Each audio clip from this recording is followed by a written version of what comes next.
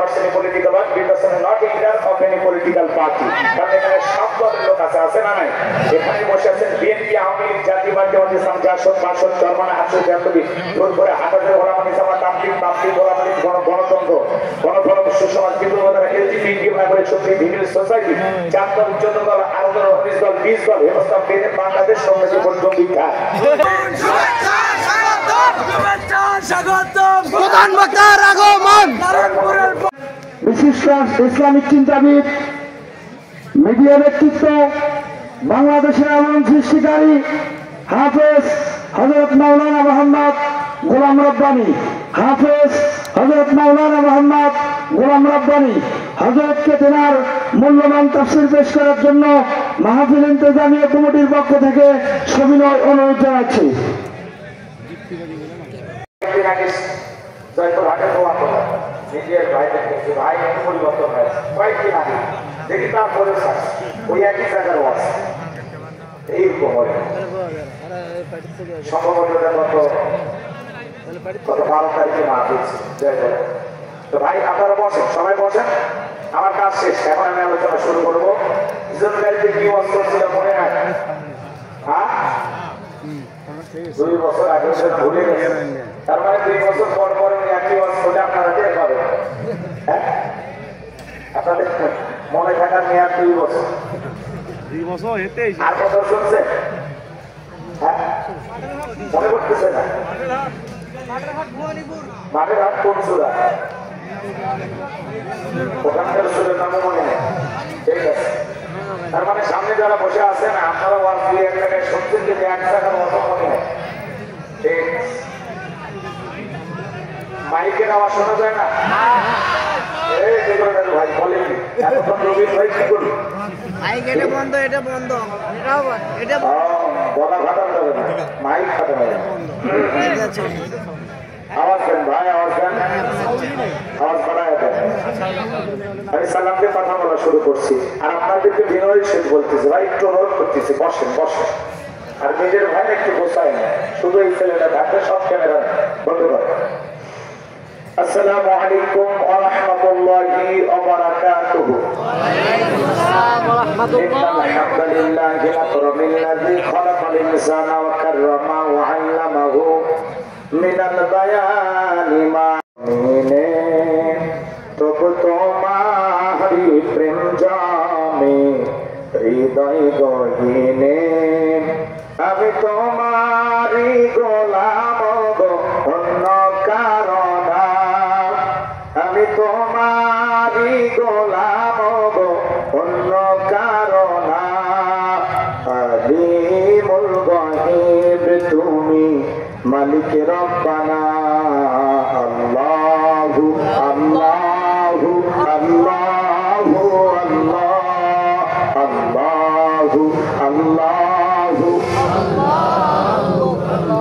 তোমারি রহম ছাড়া বাঁচা বড় দায়, প্রতিদিনে প্রতিক্ষণে জড়িয়ে রাখো আমায়, তোমারি রহম ছাড়া বাঁচা বড় দায়, প্রতিদিনে প্রতিক্ষণে জড়িয়ে রাখো আমায়।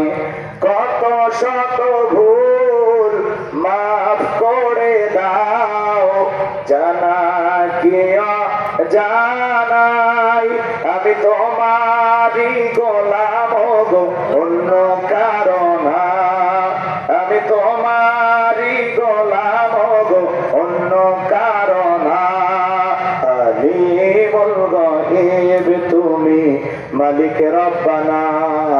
আল্লাহু আল্লাহু আল্লাহু আল্লাহু আল্লাহু একটু মহাব্বত কালিমা পড়ুন, লা ইলাহা ইল্লাল্লাহ। থাকলে মধু ভ্রমর যেমন আসে, কোরআনের জ্ঞান থাকলে বুকে সবাই ভালোবাসে। লা ইলাহা ইল্লাল্লাহ জোরে লা ইলাহা ইল্লাল্লাহ জোরে লা ইলাহা ইল্লাল্লাহু মুহাম্মাদুর রাসূলুল্লাহ। জবান से একবার কে পড়ছি সাল্লাল্লাহু আলাইহি। গাইবান্ধা জেলার পলাশবাড়ি থানার অন্তর্গত কেতকারপাড়া ফজলুল হক নুরানি হাফিজিয়া মাদ্রাসা তিনখানার উন্নয়ন কল্পে আজকের এই 21তম তাফসীরুল কোরআন মাহফিলের সম্মানিত সুযোগ্য অনারেবল প্রেসিডেন্ট লিল্লাহি তাকবীর, আল্লাহু আকবার। আল কোরআনের আলো, আল হাদিসের আলো, দুনিয়ার মুসলিম, সারা বিশ্বের মুসলিম, আমার নেতা তোমার নেতা, আমার নেতা তোমার নেতা, লিল্লাহি তাকবীর। আল কোরআনের আলো, আল হাদিসের আলো, দুর্নীতির আলো। অনেকে ঝোঁকে তালে বলে ফেলেছেন দুর্নীতির আলো ঘরে ঘরে যায়। বাংলাদেশে দুর্নীতি দমন কমিশন আছে না নাই? এরপরে দুর্নীতি কমেছে নাকি ডিজিটাল কাটে বেড়েই চলেছে। দিন যত বরাদ ছিল দুর্নীতির পাল্লা তত ভারী হচ্ছিল, কথা বলা ঠিক না? আমরা যে আমাদের প্রিয় মাতৃ বাংলাদেশ দুর্নীতি মুক্ত আল্লাহ কবুল করেছিল, বলুন আমিন। আমরা যে আমাদের বাংলাদেশ মাদক মুক্ত আল্লাহ কবুল করেছিল, বলুন আমিন। আমরা যে আমাদের বাংলাদেশ যৌতুক মুক্ত আল্লাহ কবুল করেছিল, বলুন আমিন। সম্মানিত ভাইরা আমার, ভূমিকা লম্বা কথা নয়, সরাসরি মূল আলোচনায় প্রবেশ করতে চাই। তারপরে দুটি কথা না বললে নয়। আজ থেকে 1 বছর আগে আমরা যখন কোরআনের মাহফিলে কথা বলার জন্য যাইতাম, যেখানে আমাদের বসার ব্যবস্থা থাকতো, খাবার আয়োজন থাকতো, সেখানে কিছু বুদ্ধিজীবীদের আগমন ঘটতো। এরা এসে দিত আমাদেরকে প্রথম সবক, হুজুর এটা বলা যাবে না, ওইটা বলা যাবে না, এইটা বলবেন, ওইটা বলবেন না। এরপরে যখন মঞ্চে চলে আসতাম, আবারও দ্বিতীয় দফায় কিছু বুদ্ধিজীবীদের আগমন ঘটতো। এরা দিত দ্বিতীয় সবক, হুজুর এই এলাকায় মোটামুটি আমরাই সব, আমরা ওয়াচ্চা করবেন করবেন, খবরদার নেত্রীর বিরুদ্ধে যেন কোনো কথা না হয়। এখনকার এই বুদ্ধিজীবীরা আছে ভাই, 10 লাইন মেরে চেহারা খুঁজে পাওয়া যাচ্ছে না, কথা বলে ঠিক কিনা? এই জন্য মনে রাখবেন, জুলুম কখনো চিরস্থায়ী হতে পারে না। জালেমদের শেষ পরিণতি হলো পরাজয়, আর মাজলুমদের শেষ পরিণতি হলো বিজয়। ইন্নাল্লাহা লা ইয়াহদিল কওমাজ যালিমিন। যারা জালেম, আল্লাহ তাদেরকে পছন্দ করে না, জালেমদেরকে আল্লাহ ভালোবাসে না, কথা বলে ঠিক কিনা? মনে রাখবেন, জুলুম যত বাড়বে, মনে রাখবেন বিজয়টাও তত নিকটে। রাতের গভীরতা যত বাড়ে, ভোরের সূর্য তত নিকটে, কথা বলে ঠিক কিনা? এই জন্য যারা জুলুম করেছিল আজকে তারা পরাজিত, আর যাদের উপরে জুলুম করা হয়েছে মাজলুম, আল্লাহ তাদেরকে আজকে বিজয়ের মালা পরায় দিয়েছেন, কথা বলে ঠিক কিনা? আমার ভাইয়েরা, আমরা যত জায়গায় ওয়াজ করতে যাই, বলে হুজুর ওয়াজ যা করবেন করবেন, খবরদার রাজনীতির কোনো কথা বলবেন না। আচ্ছা বলেন তো বাজা, আমরা মাহফিলে আসছি কোরআনের কথা বলার জন্য, বলেন কিসের কথা বলার জন্য? এই কোরআন হাদিসে যা আছে তাই তো বলবো, নাকি বলেন? এর বাইরে কোনো বক্তব্য আছে? আর অনেকে বলে হুজুর ওয়াজ করবেন ঠিক আছে, কিন্তু রাজনীতির কথা বললেন না। আচ্ছা, আমার বাড়ি হলো গাইবান্ধা জেলার আপনাদের পাশের থানা গোবিন্দগঞ্জ। আমি যদি রাজনীতি করি, আমার নিজের এলাকায় করা লাগবে, কথা বলেন ঠিক কি? ওখান থেকে এসে পলাশবাড়িতে রাজনীতি করে আমার লাভ আছে? আগামী নির্বাচনে এলাকার মহিলা মেম্বার পদে ধরনের কোন চান্স আছে? তাহলে আমি কেন এখানে রাজনীতি করবো? যদি করাই লাগে নিজের এলাকায় করবো, কথা বলেন ঠিক কিনা? এই জন্য আপনার টেনশন মুক্ত থাকেন, আমি আপনাদের কথার সাথে একমত। আমি বাংলাদেশের রাজনীতি কোনো দলের বক্তা না, আমি রাজনীতি কোনো বক্তব্য দেবো না। I will not say political work because I am not leader of any political party. কারণ এখানে সব দলের লোক আছে না নাই? এখানে বসে আছেন বিএনপি, আওয়ামী লীগ, জাতীয়বাদী দল, ইসলাম, জাসদ, বাসদ, চরমানা, হাসুদ, জাতীয়, জোর করে হাটাদের ওলামা নিজামা, তাবলিগ, তাবলিগ, ওলামা লীগ, গণতন্ত্র, গণফোরাম, সুসমাজ, বিপ্লবীরা, এলজিবি, ইন্ডিয়ান নাগরিক শক্তি, ভিভিল সোসাইটি, জাতীয় উচ্চতর দল, আরো দল, হরিশ দল, 20 দল, হেমস্তাম, বাংলাদেশ সমিতি পর্যন্ত বিখ্যাত। আবার ভিপিনুর কয়েকদিন আগে মার খেলো, ওর একটা দল আছে, নাম হলো গণ অধিকার পরিষদ। আর একটা ছেলে জীবন ছেড়ে দিয়েছে দলের নিবন্ধনের জন্য, জনাব তারেক, নাম হলো আম জনতার পার্টি। কিছুদিন পরে আমরাও নামাবো জলপাইগুড়ি, নাকি তো? জুলাই যারা নেতৃত্ব দিলেন, হাসনাত আব্দুল্লাহ, সার্জিস আলম, ইসলাম, আসিফ ভুইয়া, এরা একটা নতুন দল গঠন করছে, নাম দিয়েছে হলো এনসিপি। এত দলীয় লোক সেখানে আমি কি বোকা দলীয় আলোচনা করব? এই দিক থেকে যদি একটা দলের দুটো মারে, ওই দিক থেকে আর একটা দলের থানায় টেলিফোন করে, আমি হুজুর অবস্থা ভালো না খারাপ। ওই জন্য আজকের মাহফিলে বাংলাদেশের রাজনীতি নিয়ে কোনো আলোচনা করা হবে না। বলেন, বাংলাদেশের রাজনীতি নিয়ে কোনো আলোচনা করা হবে না। তবে হ্যাঁ, আমি গোলাম রব্বানী যদি কোন রাজনৈতিক বক্তব্য দেই, এই পৃথিবীর শ্রেষ্ঠ রাজনীতিবিদ, শ্রেষ্ঠ রাষ্ট্রনায়ক, শ্রেষ্ঠ রাষ্ট্রপতি, শ্রেষ্ঠ সেনাপতি, শ্রেষ্ঠ বৈজ্ঞানিক, শ্রেষ্ঠ দার্শনিক, শ্রেষ্ঠ বাবা, শ্রেষ্ঠ নানা, শ্রেষ্ঠ স্বামী, শ্রেষ্ঠ আদর্শ, শ্রেষ্ঠ মহামানব রাহমাতুল আলামিনের মদিনার আদর্শের রাজনীতির কথা বলবো। আমি যদি কোন রাজনীতিক বক্তব্য দেই, খলিফাতুল মুসলিমিন আমিরুল মুমিনিন হযরত ওমর ফারুকের আদর্শের রাজনীতির কথা বলবো। সেই ওমর ফারুক আল্লাহর জমিনে আল্লাহর আইনকে প্রতিষ্ঠিত করার জন্য নিজের কলিজার টুকরা ছেলেকে পর্যন্ত ছাড় দেয় নাই। কথা বলেন ঠিক কিনা? এই মদিনাওয়ালার আদর্শের রাজনীতির কথা শোনার পরে আপনার জন্য আবার সুলতানি আরম্ভ না হয়, কারণ কোরআন হাদিসের হক কথা সবার পেটে হজম হয় না। ছোট্ট বাচ্চা অসুস্থ, বাবা ডাক্তারের কাছে নিয়ে গেছে, ডাক্তার সাহেব কিছুটিতে ট্যাবলেট দিয়েছে খাইতে, ছোট্ট বাচ্চা তিনটে ওষুধ না খেয়ে সব ফেলায় দেয়। এরকম বাচ্চা আপনাদের ঘরে নাই? পরের দিন সকালবেলা আবার চলে গেছে ডাক্তার সাহেব, গতকালকে ট্যাবলেট দিয়েছিলেন পিতা, আমি ছেলের পিতা, বলে না ছেলের কোন কায়দায় ঔষধ খাওয়ায়? বলে উপায় একটাই আছে, পলাশবাড়ি সিদ্ধি হোটেল থেকে মিষ্টি কিনেন, মিষ্টি কিনে মিষ্টি ফাঁক করেন, ফাঁক করে ভিতরে ট্যাবলেট ঢুকে ছেলের সামনে খাইতে দেন, আশা করা যায় মিষ্টি খাওয়া হবে, ট্যাবলেটটা ভিতরে চলে যাবে, আপনার সন্তানটা সুস্থতা লাভ করবে। ডাক্তার এমন কৌশল বাবার কাছে চমৎকার মনে হলো, বাবা এবার মিষ্টির ভিতরে ট্যাবলেট দিয়া পূর্বের মতো মিষ্টি বানায় ছেলের সামনে খাইতে দিয়েছে। এইবার বলতেছে, বাজার তুমি মিষ্টি খাও, আমি তোমার জন্য এক গ্লাস পানি নিয়ে আসি। এইবার বাবা পানি নিয়ে এসে দেখে প্লেটের মিষ্টি খাওয়া শেষ। মনে মনে কয়েকবার সুবহানাল্লাহ আলহামদুলিল্লাহ পরে জিজ্ঞাসা করে, বাজার মিষ্টি খাইছো? ছেলে উত্তর দিয়ে বলে, আব্বা মিষ্টি খাইছি ঠিকই, কিন্তু মিষ্টির ভিতরে যে পিসি ছিল ওইটা খাই নাই। আজকে সমাজের বাস্তবতা তাই বলে হুজুর ওয়াজ করেন, কোনো সমস্যা নাই। আমরা যখন বলি দিবিয়ান আর লিকুল্লি শাই, মানব জীবন পরিচালনা করার জন্য রান্নাঘর থেকে পার্লামেন্ট পর্যন্ত যত নিয়ম নীতি দরকার দিয়েছেন বিশ্ব সরকার, তখন এক শ্রেণীর মুসলমানের কাছে এই কোরআন হাদিসের হক কথা, এই ট্যাবলেট মার্ক আলোচনা সহ্য হয় না। কথা বলা ঠিক কিনা? মনে রাখবেন, আপনার জন্য কেউ জায়গা তৈরি করে দেবে না, নিজের জায়গা নিজেকে তৈরি করে নেওয়া লাগবে। এই পৃথিবীর জমিন অসংখ্য নবীরা ছেলে দেওয়াতে কাজ করেছেন, তাদের দেওয়াতে কাজেও কাফের বেঈমানরা বাধার প্রাচীর তৈরি করে দিয়েছিলেন। এরপরে আল্লাহর পয়গম্বররা শত বাধার প্রাচীরকে ভেঙে আল্লাহর জমিনে আল্লাহর পথে মানুষকে দাওয়াত দিয়েছেন। কথা বলেন ঠিক কিনা?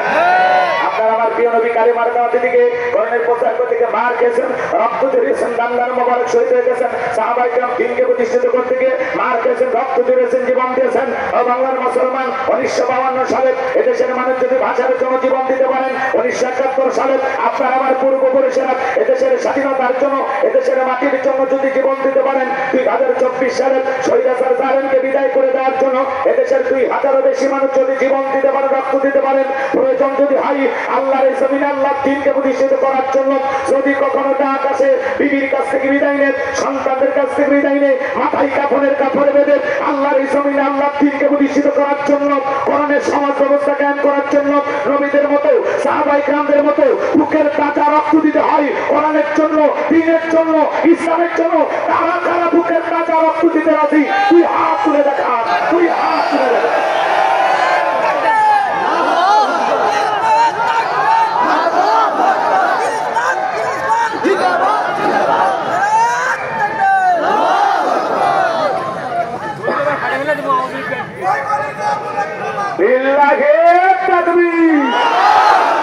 সোজা করেন, টান টান করে তোলেন। আমি কি হাত নামাইতে বলেছি? ওই যে মাঝে মাঝে হাত দেখা দেখা যায়। দুই হাত সোজা করার শক্তি, আপনি পুরুষ মানুষ, 2-3 ভিটামিন ক্যালসিয়াম মাঝে মাঝে কিনে খাবেন, একেবারে দুর্বল হলে চলতে পারবেন। আর সোজা করেন, সোজা করেন, সবাই টান টান করে হাত তুলে রাখেন। আমার আল্লাহ রাব্বুল আলামিন বলেন, ইন্নাল্লাহা আশতারা মিনাল মুমিনিনা আনফুসাহুম ওয়া আমওয়ালাহুম বিআন্না লাহুমুল জান্নাহ। সূরা তাওবার 111 নম্বর আয়াতে আল্লাহ রাব্বুল আলামিন জানিয়ে দিলেন, নিশ্চয়ই মুমিন বান্দাদের জান মাল আমি আল্লাহ ক্রয় করে নিয়েছি, বিনিময়ে দেব জান্নাত। বলুন সুবহানাল্লাহ। তাহলে বলেন তো বাজান, আপনার আমার জীবনের মালিক কে? এই পলাশবাড়ির যুবকেরা ভালো করে বলো তো, এই জীবনের মালিক কে? প্রেম করবার প্রেমিকাকে স্বপ্নপুরের পার্কে নিয়ে যা ডাইলগ দিবা, এ জীবন তোমার, তুমি শুধু আমার। ওই হাইব্রিড যুবক, এই জীবনের মালিক কে? আপনার আমার সম্পদের মালিককে আল্লাহর দেয়া জীবন, আল্লাহর দেয়া সম্পদ আল্লাহর পথে খরচ করতে রাজি আছেন তো মুসলমান? রাজি আছেন তো ইনশাআল্লাহ? রাজি আছেন তো ইনশাআল্লাহ? বাম হাত নামান, শুধু ডান হাত তুলে রাখেন, শুধু ডান হাত। আল্লাহ রাব্বুল আলামিন বলেন ইল্লা আসহাবাল ইয়ামিন ফি জান্নাতিন ইয়াতাসাআলুন। ডানপন্থী যারা জান্নাতের বাগানে থাকবে, তারা ডানপন্থী যারা আল্লাহর প্রিয়, তারা বলুন আল্লাহু আকবার। কোনো কথা হবে না। কিছুক্ষণ আগে বলেন হুজুর জীবন দিতে রাজি, রক্ত দিতে রাজি। আপাতত জীবন রক্ত দিতে কোনোটাই দিতে হবে না। ডান হাতটা পকেটের ভিতরে ঢুকে দিয়েছে, তারপরে যতটুকু পারেন এই মাদ্রাসার জন্য, এই তাফসীরুল কোরআন মাহফিলের জন্য প্রাণ ভরে দান করবেন। সোজা ডান হাত পকেটে দেন, আমিও দিচ্ছি। নিজের পকেটে হাত দেবেন, অন্য কারো পকেটে হাত দিয়ে পকেট মারি বলে মারি দেবেন না। সবাই পকেটে হাত দেন। ছেলেপেলে যারা আছে 11 মান্ডে উপজেলায় পলাশবাড়ি, আমার নিজের জেলা গাইবান্ধা। তাহলে আজকে আমার অন্য অন্য জেলায় ওয়াজ করে যে তৃপ্তি শান্তিটা পাই, এলাকায় ওয়াজ করে আরো বেশি ভালো লাগে। কারণ আমি কাছের মানুষের সামনে কথা বলতেছি। এগুলো আমার জেলার মানুষ, আমার এলাকার মানুষ, আমার আপনার আত্মীয়। কথা বলে ঠিক না? এই মহাব্বতটা, এই খুশিটা আমি আপনাদেরকে বোঝাতে পারবো না। আলহামদুলিল্লাহি রাব্বিল আলামিন। আমি আপনাদের দোয়ায়, আল্লাহ পাকের দয়ায় আলহামদুলিল্লাহ অনেক ভালো আছে। এবার চলুন আমরা আলোচনা শুরু করি। যেহেতু লিখেছেন তাফসীরুল কোরআন মাহফিল, আলোচনা তাফসীর ভিত্তিক হওয়ার দরকার আছে না? এখন আপনার তাফসীর বুঝলেও আমি তাফসীর করব, না বুঝলেও করব। কথাকে বুঝাতে পারলাম নাকি রাগ করলেন? কারণ লেখার জন্য তাফসীরুল কোরআন মাহফিল, আবার বলবেন যে হুজুর একটা ঘটনা কোয়া লাগবে। কথা বোঝেন না? ঘটনা কিচ্ছে কাহিনী জীবনে অনেক শুনছেন। যদি কোরআন শুনতে পারেন তাহলে জীবনটাকে পরিবর্তন করে দেবেন কে? আর আজকে আমি আপনাদেরকে এমন একটা বিষয় নিয়ে আলোচনা শোনাবো, যে আলোচনাটা যদি আপনারা বাস্তব জীবনে আমল করতে পারেন, এই একটি আলোচনায় আপনার জীবনটাকে পরিবর্তন করে দিতে পারেন। এই একটি আলোচনা আমাদের জীবনে জান্নাতে যাওয়ার ওসিলা হতে পারে। একটি আলোচনা। আল্লাহ আমাদের বুঝদান করুন, চিন্তা বলেন আমিন। আমার কোনো জ্ঞান নাই, জ্ঞান দেওয়ার মালিককে। ক্বালু সুবহানাকা লা ইলমা লানা ইল্লা মা আল্লামতানা ইন্নাকা আনতাল আলিমুল হাকীম। বলুন সুবহানাল্লাহ। জ্ঞান দেওয়ার মালিককে। আল্লাহর কাছে দয়া করুণা ভিক্ষা চেয়ে আমি আলোচনা শুরু করছি পবিত্র কোরআনুল কারীম থেকে। কারণ এই কোরআনের মধ্যে কোনো ভেজাল আছে বাবা? একটু চিল্লায় কথা বলা লাগবে। ভেজাল আছে? এই কোরআনের মধ্যে কোনো মিথ্যা আছে? কোনো ধোঁকা আছে? হাতকে কি করে কিতাবকে নাযিল করেছেন কে? আল্লাহ রাব্বুল আলামিন বলেন যালিকাল কিতাবু লা রাইবা ফীহি। আমার আল্লাহ রাব্বুল আলামিন বলেন এটি এমন একটি কিতাব, যে কিতাবের মধ্যে কোনো সন্দেহ নাই, কোনো সংশয় নাই, কোনো মিথ্যা নাই, কোনো ধোঁকা নাই। There is no doubt. বলুন আল্লাহু আকবার। হুদাল লিল মুত্তাকিন।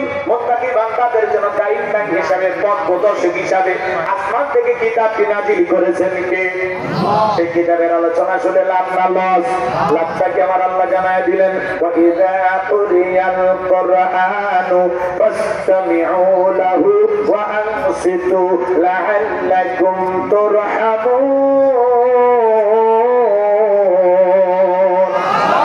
সূরা আরাফ আয়াত নাম্বার 204। আমার আল্লাহ রাব্বুল আলামিন জানিয়ে দিলেন, তোমাদের সামনে যখন কোরআন পাঠ করা হয়, কোরআনের আলোচনা করা হয়, চুপ করে কান লাগে মনোযোগ সহকারে কোরআনের কথাগুলো শ্রবণ করো। যারা চুপচাপ কোরআনুল কারীমের কথাগুলো শ্রবণ করবে, আমার আল্লাহ রাব্বুল আলামিন আসমান থেকে তাদের উপরে আল্লাহ রহমত বৃষ্টির মতো নাজিল করবেন। বলুন সুবহানাল্লাহ। এই জায়গায় আল্লাহ রহমত নাজিল হইতেছে, বিশ্বাস হয় কিনা বলেন? তাহলে বলেন তো বাজার কোরআনের কথাগুলো শুনলে আমাদের জন্য লাভ না ক্ষতি? লাভটা কি? আল্লাহ বলেন ওয়াযাক্কির ফাইন্না যিকরা তানফাউল মুমিনিন।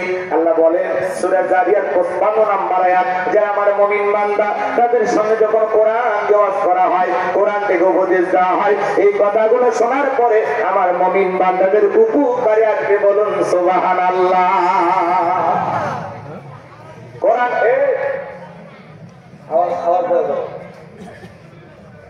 কোরআনের আলোচনা শোনার জন্য যদি 1 ঘন্টা সময় আপনি অতিবাহিত করতে পারেন, 500 রাকাত নফল নামাজ পড়লে যে সওয়াব হয়, সেই সমপরিমাণ সওয়াব আল্লাহ তাআলা আপনার আমলনামায় লিখে দিবেন। বলুন সুবহানাল্লাহ।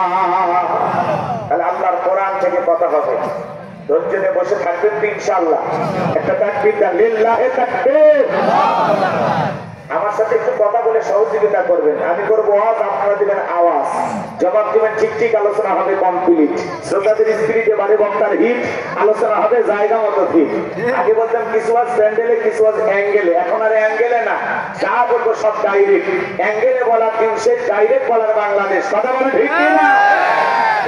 আওয়াজ দেওয়া লেগে চাচা, আওয়াজ। কথা বলবো পবিত্র কোরআনুল কারীমের 23 নম্বর সূরা, সূরা নাম্বার 23, বাতিলের হবে সাইজ ইনশাআল্লাহ। ইনশাআল্লাহ। মোট আয়াত হলো 118, রুকু আছে 6টি। বিশ্বনবীর মক্কার জিন্দেগিতে আল্লাহ রাব্বুল আলামিন এই সূরাটি নাযিল করেছেন। 18 নম্বর পারার প্রথম সূরা। কোরআনুল কারীমের কত নম্বর সূরা? না, কোরআনুল কারীমের 23 নম্বর সূরা, সূরা নাম্বার 23, পারা নাম্বার 18, মোট আয়াত 118, রুকু আছে 6টি। রুকু আছে কয়টি? আর সূরাটি রাসূলের মাক্কি জিন্দেগিতে নাযিল হয়েছে। একটু বক্তার সাথে যদি আপনারা এই কথাগুলো বলেন তাতে কি হয়, আমি যে বিষয়টা নিয়ে কথা বলবো এই বিষয়টা আজ থেকে 2-3 বছর পরেও যদি জিজ্ঞাসা করা হয়, কোনো না কোনো একটা বিষয় আপনার মনে থাকবে। 18 পারা থেকে ওয়াজ করছে অথবা সূরা আল মুমিনুন থেকে ওয়াজ করছে, একটু হলে মনে রাখা লাগবে। তাহলে মাহফিলগুলো যাওয়া আসাতে কিছুটা লাভবান হবে।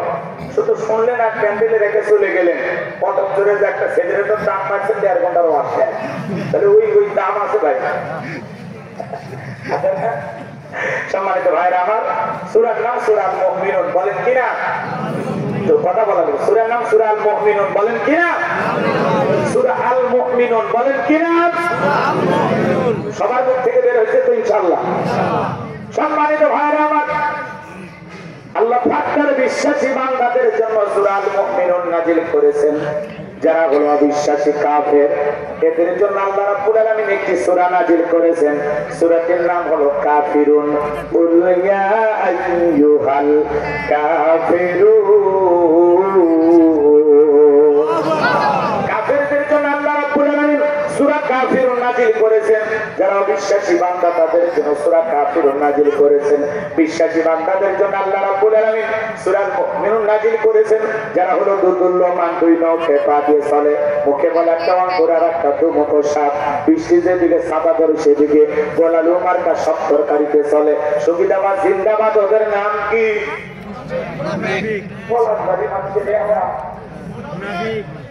আন্দোলন করে করে ক্লান্ত হয়ে গেছে, শরীর কি আর চলতেছে না।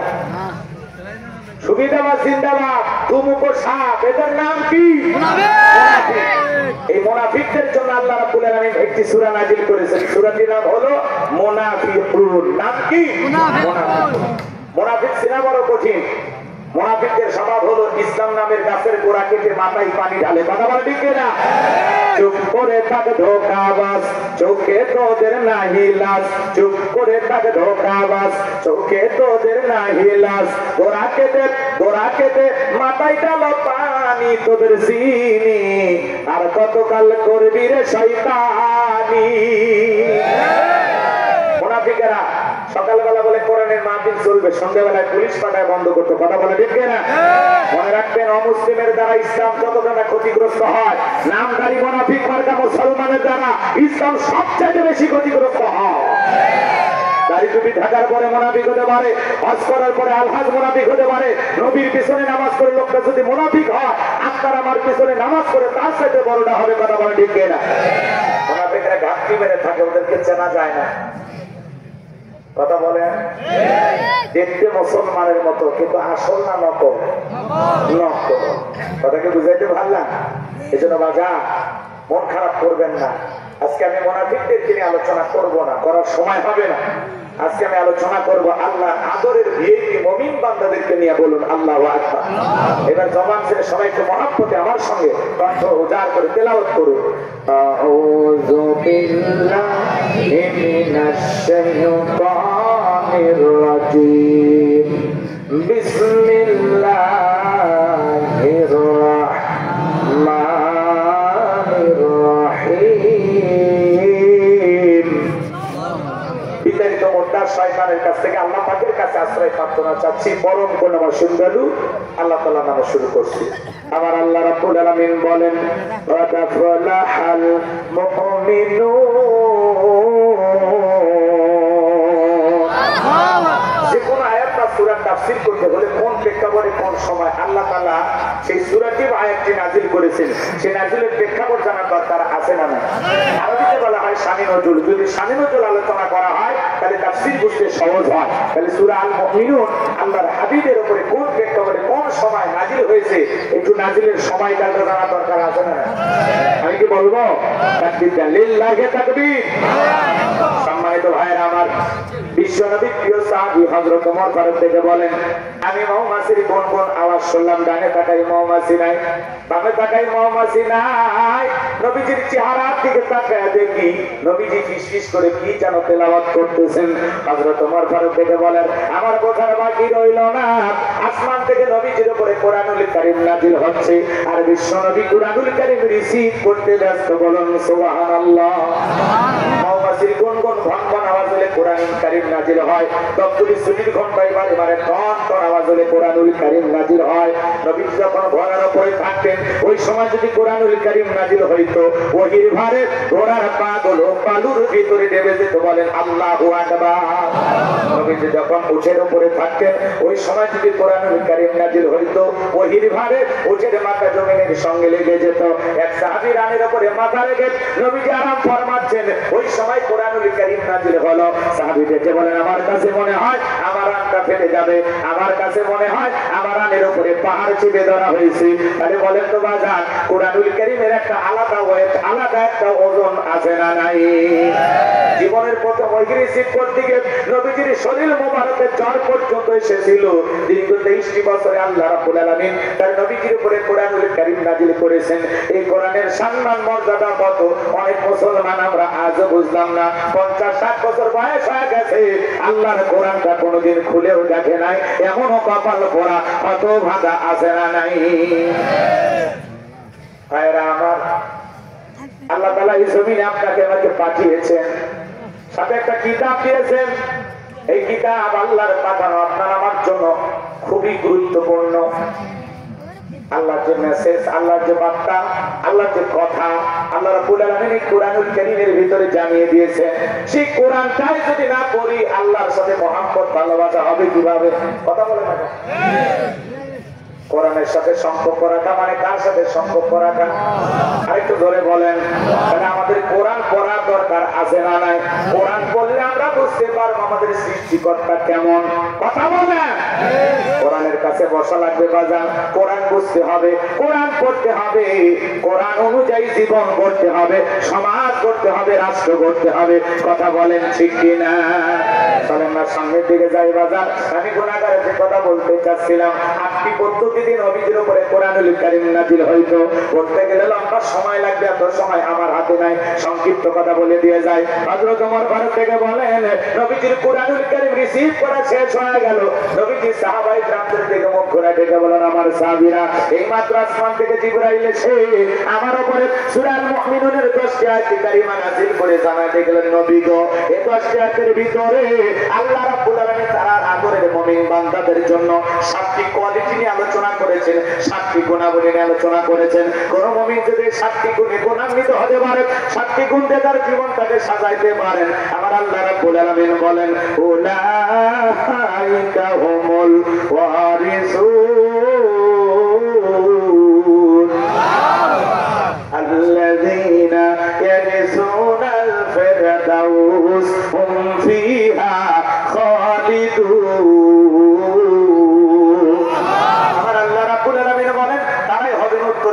জান্নাতুল ফিরদাউসের সেখানে তারা চিরকাল বসবাস করবেন আমার আল্লাহ তাদেরকে কোনদিন জান্নাত থেকে বের করে দিবেন না বলুন সুবহানাল্লাহ আমার গায়বান্দার প্রিয় মুসলমান ভাইরা বলে তো আপনারা আমার টার্গেট জান্নাত না জাহান্নাম যারা জান্নাতে যেতে চান দুইটা হাত তুলে আল্লাহকে দেখান আল্লাহ আমাদের সবাইকে জান্নাতুল ফিরদাউসের ওয়ারিস হিসেবে কবুল করুন জোরে বলেন আমিন আরেকটু জোরে বলেন আমিন এবার জান্নাতে যেতে হলে কয়টা গুণাবলী 7টি আঙ্গুল দেখান বলেন কয়টি 7টি একটু জোরে বলেন কয়টি আরো জোরে জোর হলো না উঠে যাবে একটু মিছিল করে অভ্যাস করেন 16 বছর মিছিল করতে পারে না সামনে 16 বছরে কাজ আদায় করে লাগবে রাগ করতেছে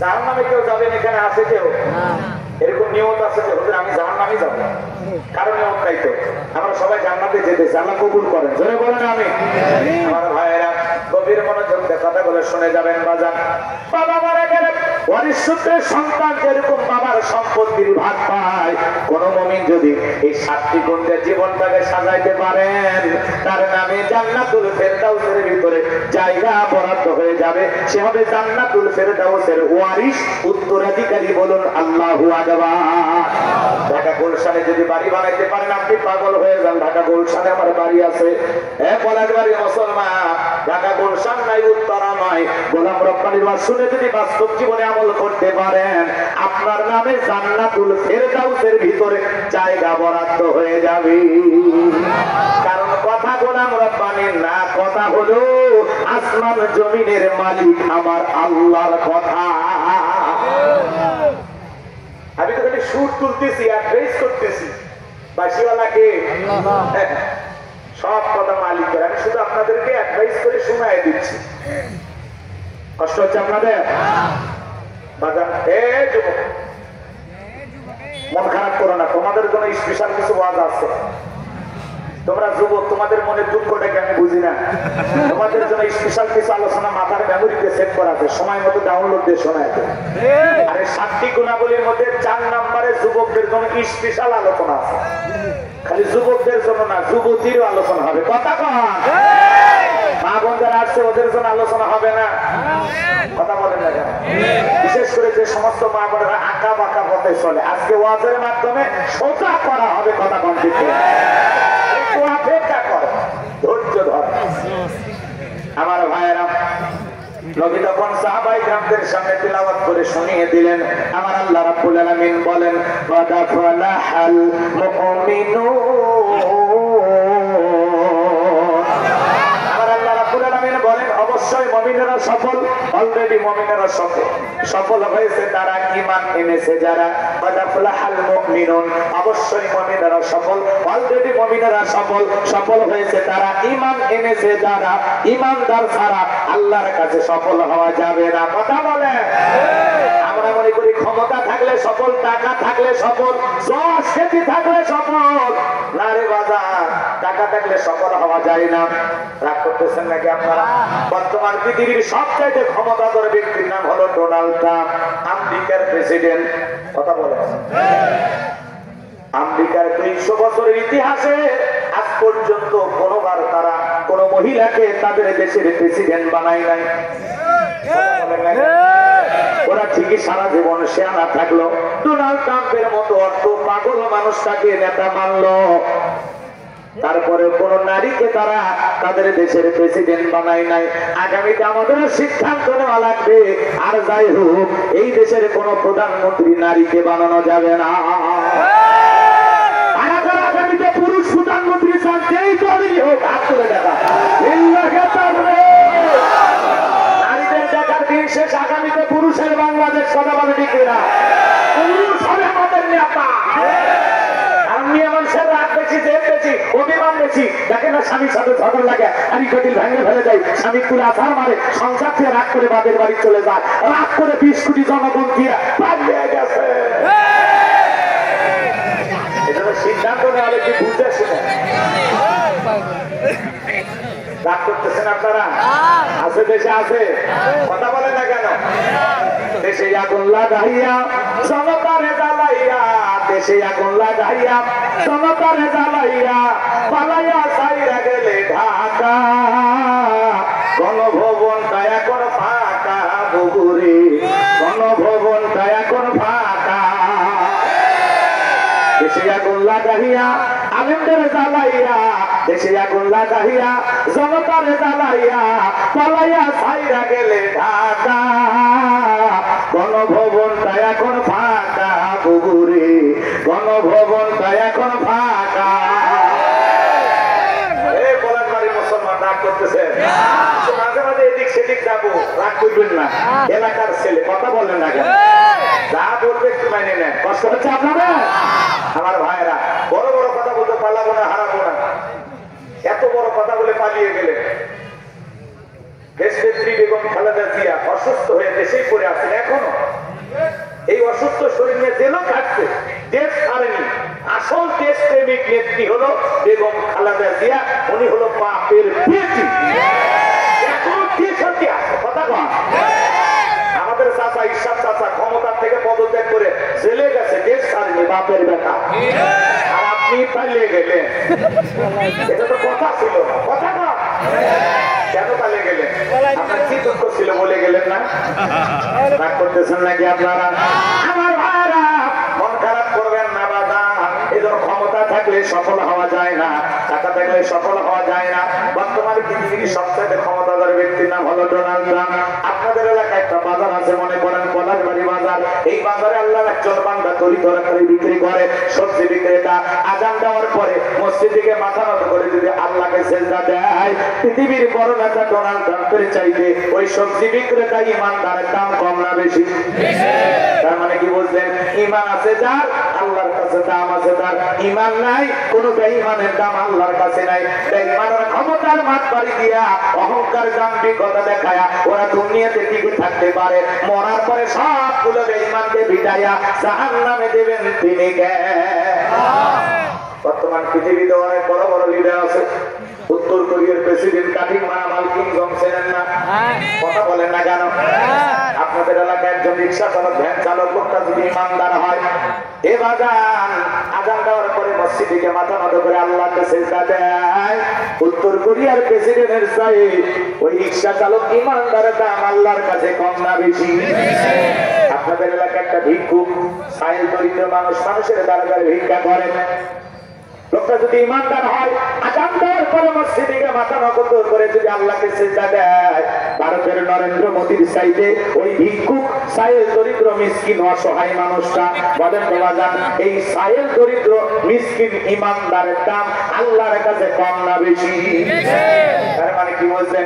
ইমান আছে যার, আল্লাহর কাছে দাম আছে তার। কোন বেঈমানের দাম আল্লাহর কাছে নাই। ইমানদাররা দুনিয়াতে সফল, আখিরাতেও সফল। আর বেঈমানরা দুনিয়াতে সফল হতে পারে, মরার পরে সবগুলো বেঈমানকে বিটাইয়া জাহান্নামে দেবেন তিনি কে? আল্লাহ। আমার ভাই রাগ করতেছেন? তার মানে জান্নাতে যেতে হলে ঈমান নামের পাসপোর্ট লাগবে। আর ঈমান নামের পাসপোর্ট যার আছে, জান্নাতের ভিসা লাগবেই। জান্নাতে যেতে হলে ঈমান নামের কি লাগবে? ভিসা। কথা কি বুঝতে পারতেছে? রাগ করিবেন না।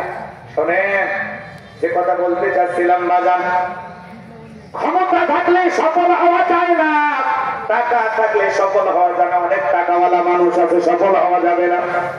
নায়ক ক্রিকেটার, ফুটবলার হলে সফল হওয়া যায় না। রাগ করতেছেন নাকি? বগুড়ার একটা ছেলে নাম হলো মুশফিকুর রহমান, নাম শুনছেন? মুশফিকুর রহিম নাম শোনেননি? আরে আজকে নাকি সেই ছেলেটা সেঞ্চুরি মারছে, পুরো দেশ তাকে নিয়ে আলোচনা করতেছে। সেজদায় লুটিয়ে পড়েছে মুশফিকুর রহিম, আল্লাহর কাছে বলেছেন, আল্লাহ 100তম ম্যাচ খেলতে আসছি, একটা সেঞ্চুরি করাইলা। খুব সেইভাবে প্রশংসা করেছেন। আমাদের আমি ডক্টর শফিকুর রহমান, তার নামে একটা আইডি খোলা আছে, সেখান থেকে পর্যন্ত তাকে অভিনন্দন জানানো হয়েছে। হামজা নামের যেই ফুটবলার কয়েকদিন আগে দেখলেন ভারতকে হারায় দিল, ও পর্যন্ত শুভেচ্ছা জানাইছে। সারা দেশের সোশ্যাল মিডিয়াতে তাকে নিয়ে আলোচনা হচ্ছে। বগুড়ার সোল মুশফিকুর রহিম, কথাকে বুঝতে পারছেন? তার মন মানসিকতাটা অনেক ভালো, নামাজ পড়ে, মুখে কি সুন্দর গান, সিজদায় লুটিয়ে আল্লাহর শুকরিয়া আদায় করেছেন।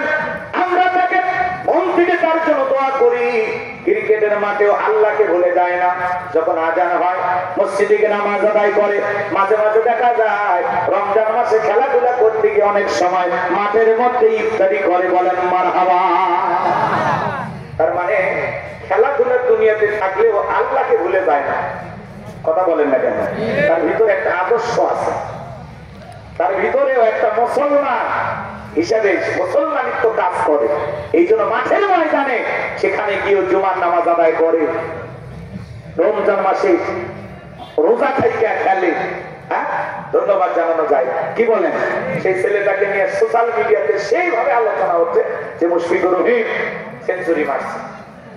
কথা কি বুঝতে পারছেন নাকি রাগ করছেন আপনারা? এই খেলোয়াড় হলেই আল্লাহর কাছে দামি হওয়া যায় না, নায়ক হলে আল্লাহর কাছে দামি হওয়া যায় না, টাকা পয়সা থাকলে আল্লাহর কাছে দামি হওয়া যায় না, ক্ষমতা থাকলে আল্লাহর কাছে দামি হওয়া যায় না। আল্লাহর কাছে দামি হতে পারবে তারা ঈমান আনবে যারা। কথা কি বুঝাইতে পারলাম? টাকা থাকলে সফল হওয়া যাবে না, ক্ষমতা থাকলে সফল হওয়া, সেলিব্রিটি সুপারস্টার সংস্কৃতি পৃথিবীর সবাই চেনে জানে, তাহলে আপনি সফল হতে পারবেন না। আল্লাহর কাছে সফল হতে পারবে তারা ঈমান আনবে যারা। আমি কি কথাটা বুঝাইতে পারলাম? আর আল্লাহ বলেন কাদাবুল মুমিনুন, অবশ্যই মুমিনেরা সফল হয়েছে তারা ঈমান এনেছে যারা। ও বাজার, আপনার চেহারা কালো হোক, ফর্সা হোক, লম্বা হোক, খাটো হোক, ধনী হোক, গরিব হোক, তাতে কোনো সমস্যা নাই। আপনার ভিতরে ঈমান আছে, আল্লাহর কাছে দাম আছে। এই জীবনে যদি আল্লাহর কাছে দামি হতে পারি, আর কিছু চাওয়ার আছে? জোরে বলেন চাওয়ার আছে? তাহলে আমি বলবো সফল হয়েছে কারা? আপনারা জবাব দিবেন ঈমান এনেছে যারা। বলতে পারবেন না? বলেন সফল হয়েছে কারা? আরেকবার, সফল হয়েছে কারা? এইবার শোনেন, ছোট্ট একটা প্রশ্ন করি। একজন অমুসলিম জোহরের নামাজের পূর্বে ঈমান গ্রহণ করেছে, ওই ব্যক্তির উপরে জোহরের সালাত আদায় করা কি মাশাআল্লাহ? আমার এলাকার মানুষ এত চালাক, আমার তো জানাই ছিল না। মাশাআল্লাহ। আমার ভাইরা, একজন মুসলিম জোহরের নামাজের পূর্বে যদি ঈমান গ্রহণ করে, ব্যক্তির উপরে জোহরের সালাত আদায় করা হলো ফরজ। ভালো করে বুঝবেন, ঈমান আনার পরে মুমিন জীবনের সবচেয়ে গুরুত্বপূর্ণ ইবাদতের নাম হলো নামাজ।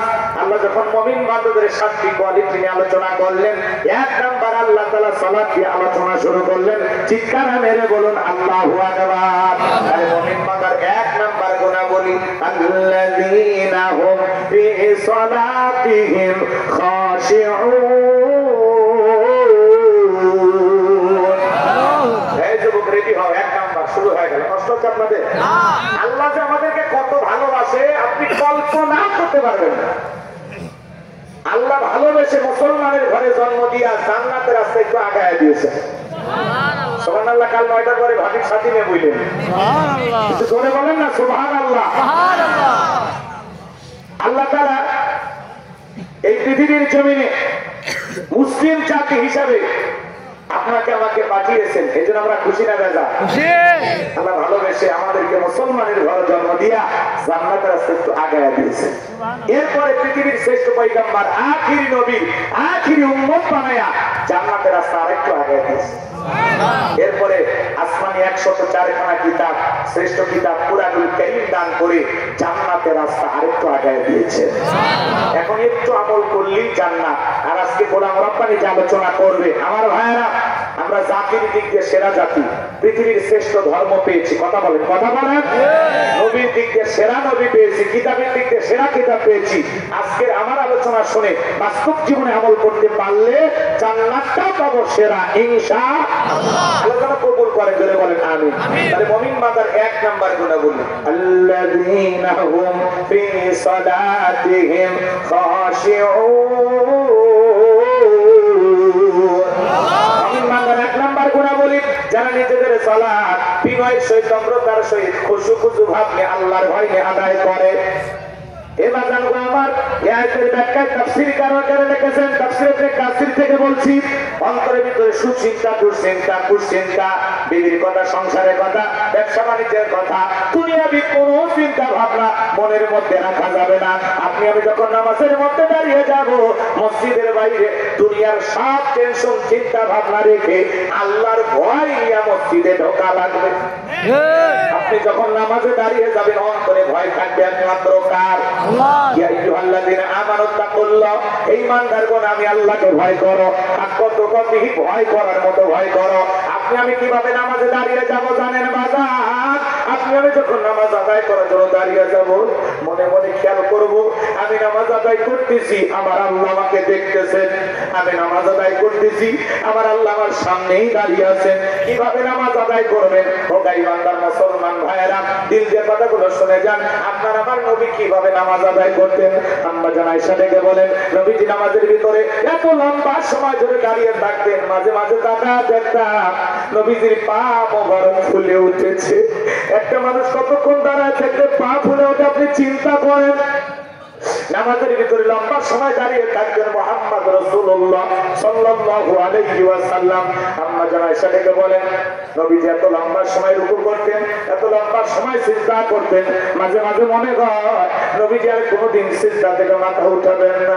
আম্মা জান আয়েশা ডেকে বলেন, একদিন থেকে সিজদার জায়গাটা পর্যন্ত ভিজে গেছে।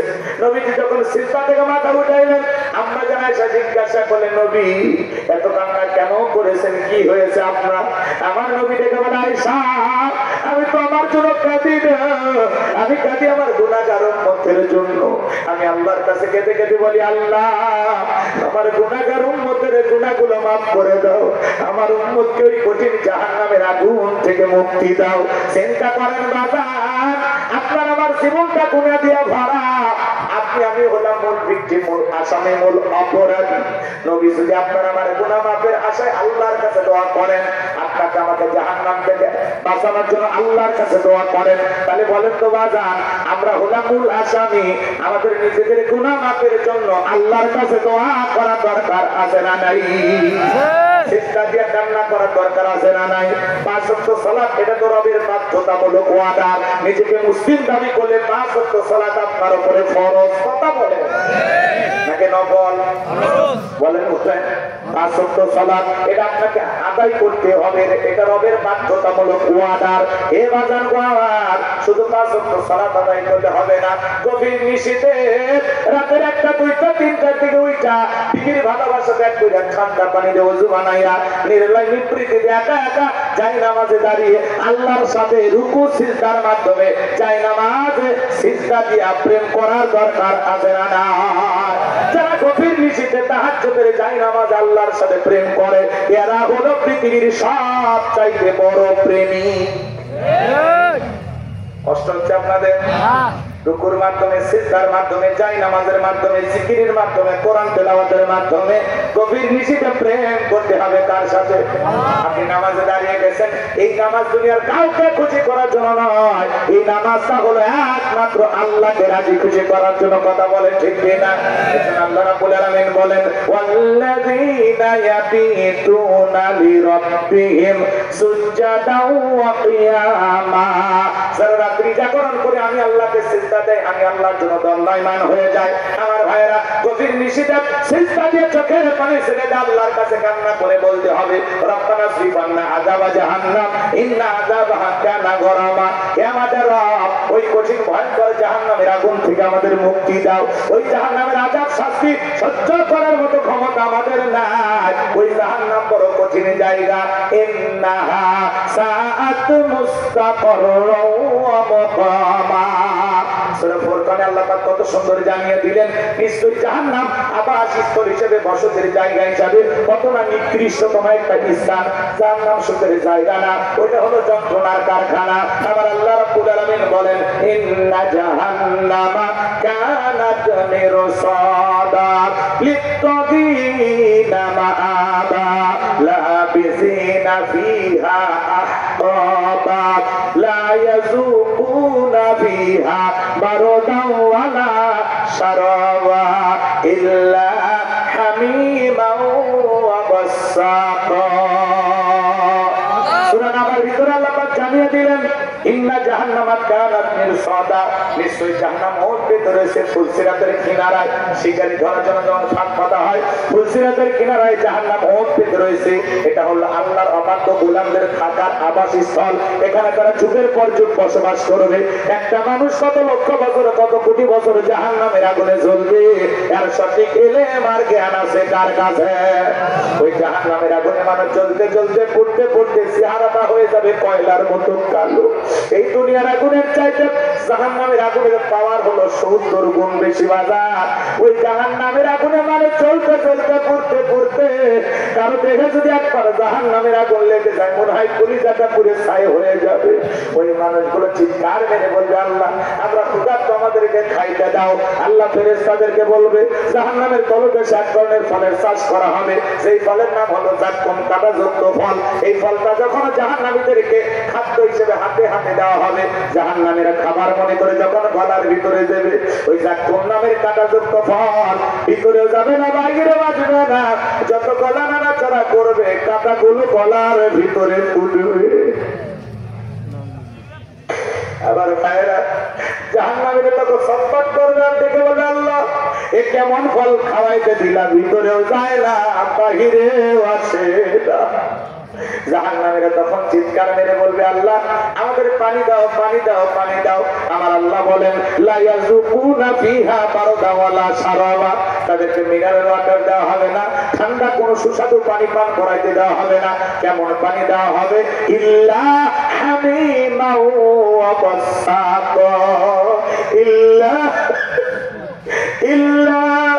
হামিমা ওয়া গাসসাকা। এমন উত্তপ্ত ফুটন্ত গরম পানি তাদেরকে পান করানো হবে যা বুঝবে ভিতর কিছুই নয়। ও পলাশবাড়ির মুসলমান ভাইরা, দেহের ভিতরে বড় বড় ফোড়া হয়, ফাটায় দিলে ভিতর থেকে কি বের হয়? তরমুজের রস। কি বের হয়? পুষ বের হয়। হাসপাতাল থেকে সংগ্রহ করে এক গিলাস যদি আপনাদেরকে খাইতে দেয়, দেবো 50,000 টাকা, খাবেন নাকি কেউ? 1 লাখ দিলেও খাবেন? শুনে ঘৃণা লাগতেছে, শরীরটা ঘিন ঘিন করতেছে, সি সি হুজুর এটা কি খাওয়া যায়? এটা তো গোলাম রব্বানির কথা না, কত আসমান জমিনের মালিকের। আমার আল্লাহ বলেন ইল্লা হামিমা ওয়া গাসসাকা, জাহান্নামীদেরকে এমন উত্তপ্ত ফুটান্ত গরম পানি পান করানো হবে যা পুষ ব্যতীত কিছুই নয়। ওই পুষওয়ালা দুর্গন্ধওয়ালা পানি যখন এত ফুটান্ত পানি বাজার চেহারার সামনে নিলে চেহারাটা ঝলসে যাবে। ওই পানিটা পান করা মাত্রই জাহান্নামীদের নারী বুড়ি গুলো গলে গলে পিছনে রাস্তা দিয়ে বের হয়ে যাবে। জান্নাতে টিকিট পাইছে নাকি তোরা? পাগল গোলা পান। এই ছেলে এদিক টাকা, আমার দিক টাকা টাকা দেও, এদিকে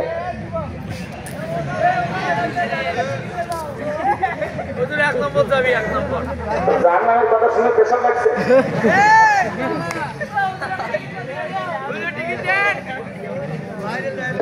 এই ভাই জান্নাতে টিকিট পাইছে না?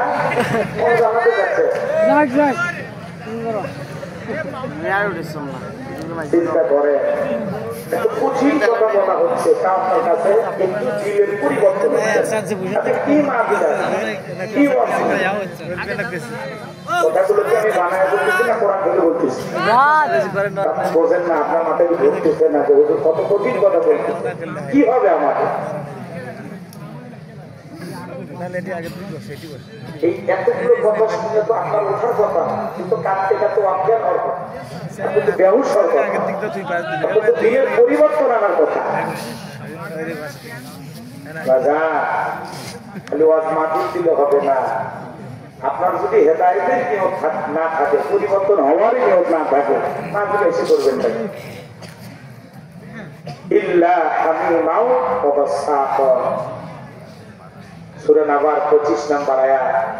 আল্লাহ বলতেছেন সেদিন তাদেরকে এমন ফুটান্ত উত্তপ্ত গরম পানি দেওয়া হবে যা পুষ ব্যতীত কিছু নয়। ওই পানি খাইলে জাহান্নামের নারী হরিগুলো গলে গলে পিছনে রাস্তা দিয়ে বের হয়ে দেহের গোস্তগুলো খসে খসে পড়বে। কি মারাত্মক কথা! জাহান্নামের শাস্তি ঘটেছে না ঘটবে?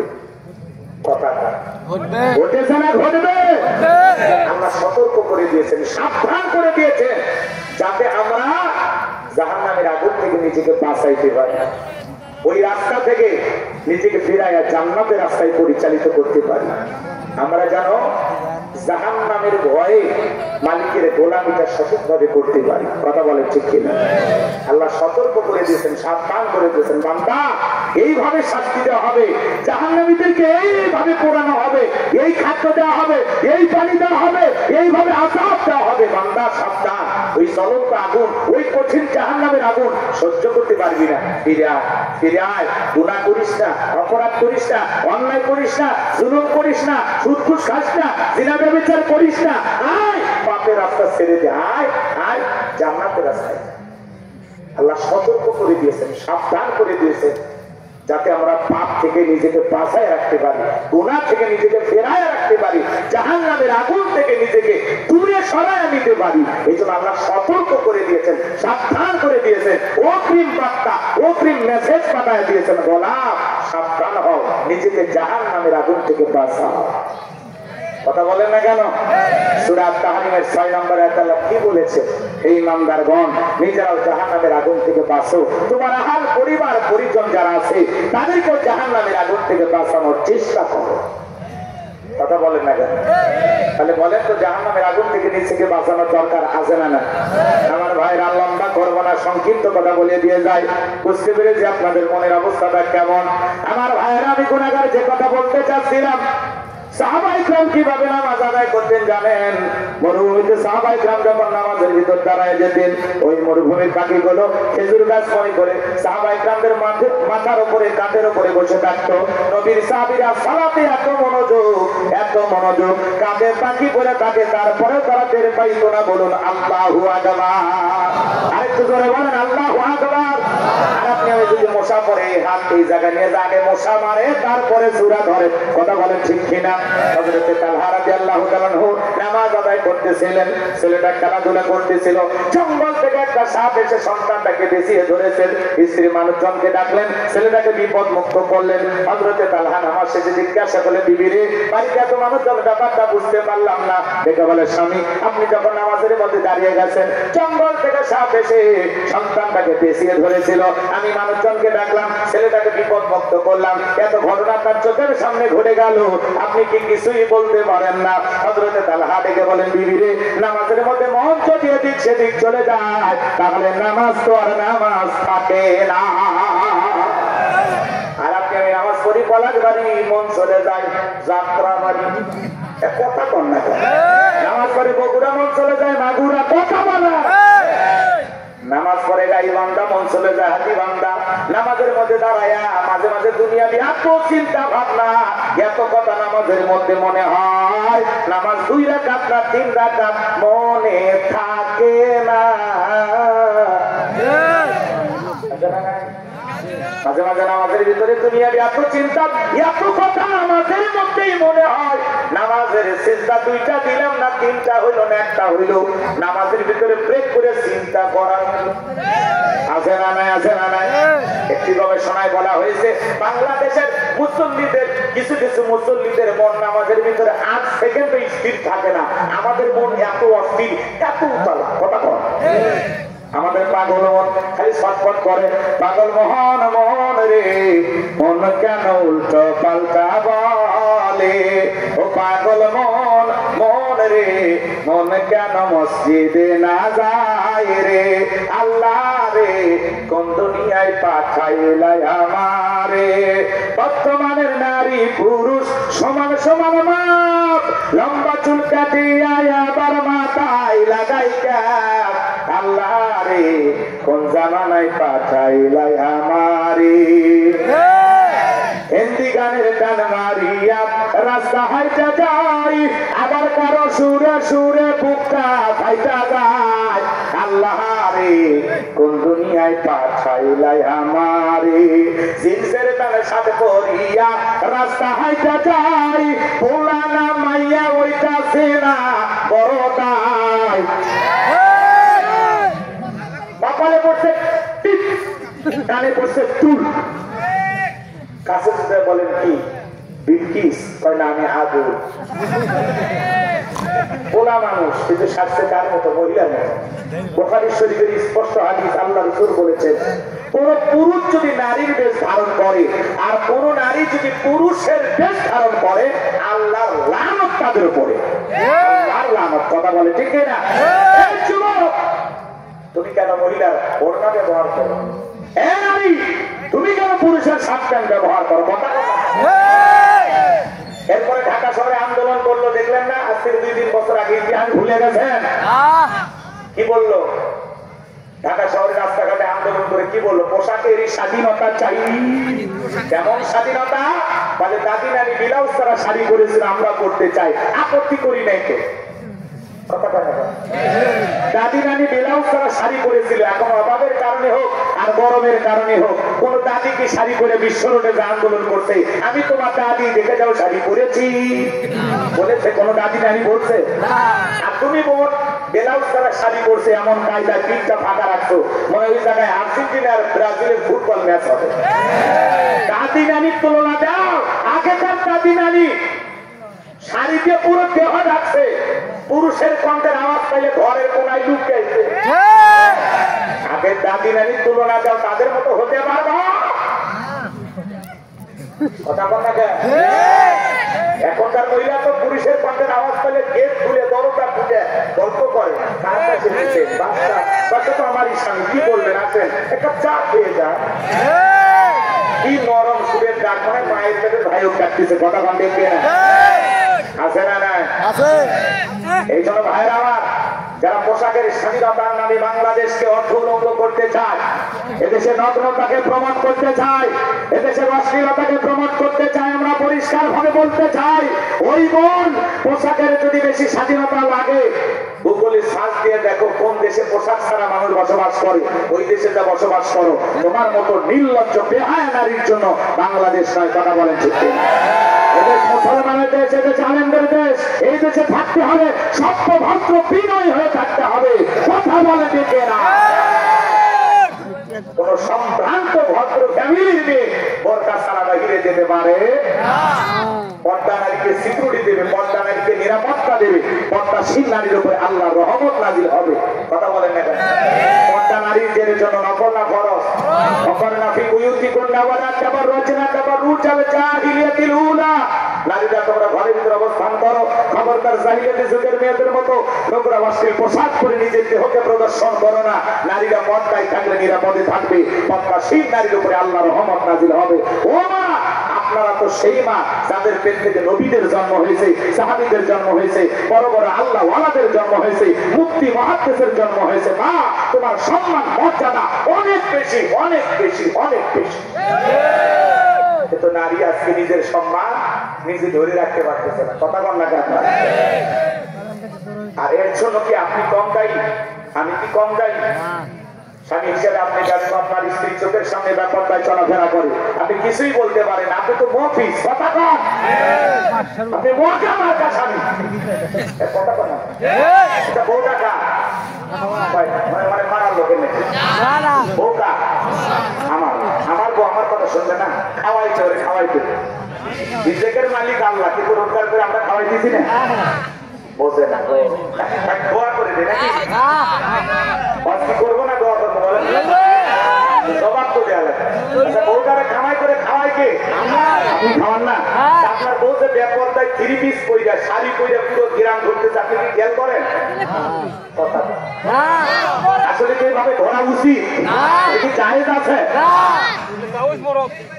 কাঁচা করছে দেখো বাবা, সাহস আছে না, মারার দরকার নেই। মেয়ে মানুষ ভালোবাসার জিনিস, আগলে রাখার জিনিস, যত্ন করার জিনিস। তবে হ্যাঁ, রাগ দেখাতে পারবে না, নিশ্চয়ই খালি গরম দেখাবে, ফোসফাস করবে। কথা কি বলছে? বোরকা ছাড়া বাইরে যেতেছিলে শ্যামালি বোরকা পর, বোরকা পর। যদি বলেন আমি বোরকা পরবো না, এই বয়সে বোরকা বলে, এই বয়সে দোকানপাট থাকে বাহিরে যা, দূরি হলে তোর দিক কেউ টাকা দেয়। কথা কম। আপনার স্ত্রী যেন ব্যাপারটায় আপনার বাড়ি থেকে এক কদম বাহিরে না যায়, পুরুষ যদি হয়ে থাকেন কাল থেকে সিদ্ধান্ত নেবেন। আপনার মেয়ে যুবতী হয়ে গেছে, বোরকা ছাড়া যেন কোনো কলেজ ইউনিভার্সিটিতে না যায়। হ্যাঁ, গাছের দোষ আছে, দোষ তো গাছের গোড়ায়। কথা কম ঠিক কিনা? আপনি যদি বলেন না হুজুর আমার মেয়ে তাকে মানুষ দেখলে কি হবে, সমস্যা নাই, জাহান্নামে যাইতে রাজি, তারপরে দেখুক কি করেন, তাহলে তো আমার আপত্তি নাই। একটা নারী যদি জাহান্নামে যায়, একজন বাজার 4 জন পুরুষ দায়ী থাকবে, 4 জন পুরুষকে নিয়ে জাহান্নামে যাবে। 1 নাম্বার পিতা, 2 নাম্বার স্বামী, 3 নাম্বার বড় ভাই, 4 নাম্বার হলো বড় ছেলে। তাহলে সাবধান হওয়ার দরকার আছে না নাই? এখন স্বামী হিসাবে আপনি যদি মনে করেন বউকে বর্তাই চলে যদি আমার জাহান্নামে নিয়ে যায়, যান, তাও মজা পাবো। জাহান্নাম মজার জায়গা না, এটা হলো শাস্তির জায়গা, যন্ত্রণার জায়গা। সহ্য করার মতো ক্ষমতা আমাদের নাই। আল্লাহ আমাদের জাহান্নামের আগুন থেকে বেঁচে থাকার তৌফিক দান করুন। জোরে বলুন আমিন। নামাজ পড়বো না বাজান গো আমার, নামাজ কিভাবে আদায় করবেন গভীর মনোযোগ দিয়ে শোনেন বাজান। নামাজের ব্যাপারে তাড়াহুড়ো করা যাবে না। সাহাবায়ে কেরাম 2 রাকাত নামাজ পড়ে সারা রাত কাটায়া দিয়েছেন, ঘন্টার পর ঘন্টা দাঁড়িয়ে তারা নামাজ আদায় করেছেন, সঠিকভাবে রুকু সিজদা করেছেন। আর আমরা কত তাড়াহুড়ো করি। এমনও চাচা আছে এত তাড়াহুড়ো করে ওযু করছে, এক ঠেঙ্গা দিয়ে মসজিদে ঢুকছে, তাই তারা মসজিদ পিছতে দেয়, চাচা একদিক লুঙ্গি একদিক, তাও বলে আল্লাহু আকবার। মানুষ বলে চাচাকে লুঙ্গি ঠিক করেন, কয় নাকি জামাত ধরি। এরকম তাড়াহুড়ো করে নামাজ পড়লে হবে না। জোহরের 4 রাকাত সুন্নাত, ইমাম আর মুসল্লি একসাথে নিয়ত করেছে, ইমামের 2 রাকাত হওয়ার আগে মুসল্লি 4 রাকাত শেষ। হুজুর জিজ্ঞাসা করছে, বাজান আমার 2 রাকাত হয়, আপনার 4 রাকাত হয়ে গেল। বলে হুজুর আপনাদের চর্চা কম আছে না নাই? 2 রাকাত নামাজ 2 মিনিটে চলে, 4G 5G গতি নামাজ, এমন নামাজ পড়া যাবে না বাবা। রমজান মাসে আসলে 20 রাকাত 20 মিনিটে শেষ, এমন হুজুর আছে 16 মিনিটেও শেষ করে। আলহামদুলিল্লাহ বললেন বোঝা যায় মাঝখানে কি ভূমিকম্প হয়েছে হুজুরও না জানে না। এমন নামাজ দিয়া জান্নাতে যাওয়া যাবে না। আল্লাহ তার গোলামকে নিয়েছিল বাজান, সেখানে আমি তারাবি পড়লাম, সময় লাগলো 1 ঘন্টা 45 মিনিট, আর আপনার খালি 20 মিনিট। কথা কথা এই জন্য আমাদের নামাজ একটু মনোযোগ দিয়ে পড়ার দরকার আছে না? বিনয়ের সহিত আল্লাহর ভয় নিয়ে আপনি জোহরের সালাত আদায় করতেছেন, শোনেন রাত 12টা বাজে, এদিক শোনেন, যদি বলা হয় রাত 2টায় তোমার ফাঁসি, লোকটা যদি ইমানদার হয় অবশ্যই 2 রাকাত নামাজ পড়বে। ফাঁসির আসামি যেমন জীবনের শেষ মনে করে নামাজ আদায় করে, আপনি জোহরের সালাত আদায় করবেন। আর মনে মনে খেয়াল করবেন, এই জোহরের নামাজ আমার জীবনের শেষ নামাজ। আমি আসর পর্যন্ত দুনিয়াতে নাও বেঁচে থাকতে পারি, জীবনের শেষ মনে করে প্রত্যেকটা ওয়াক্তে 5 ওয়াক্ত সালাত মনোযোগ সহকারে আল্লাহর ভয়ে কারা কারা আদায় করবে, হাত তুলে দেখায়। আল্লাহ আমাদের সবাইকে 5 ওয়াক্ত নামাজি বানায় দেন। জোরে বলেন আমিন। আল্লাহ জান্নাতে যাওয়ার মতো, কবুল হওয়ার মতো যে নামাজ, সেই নামাজ আমাদেরকে পড়ার তৌফিক দান করুন। এটা জোরে বলেন আমিন। এইবার মুমিন বান্দার 2 নাম্বার গুণাবলী, ওয়াল্লাযীনা হুম আনিল লাগবি মুরিদুন।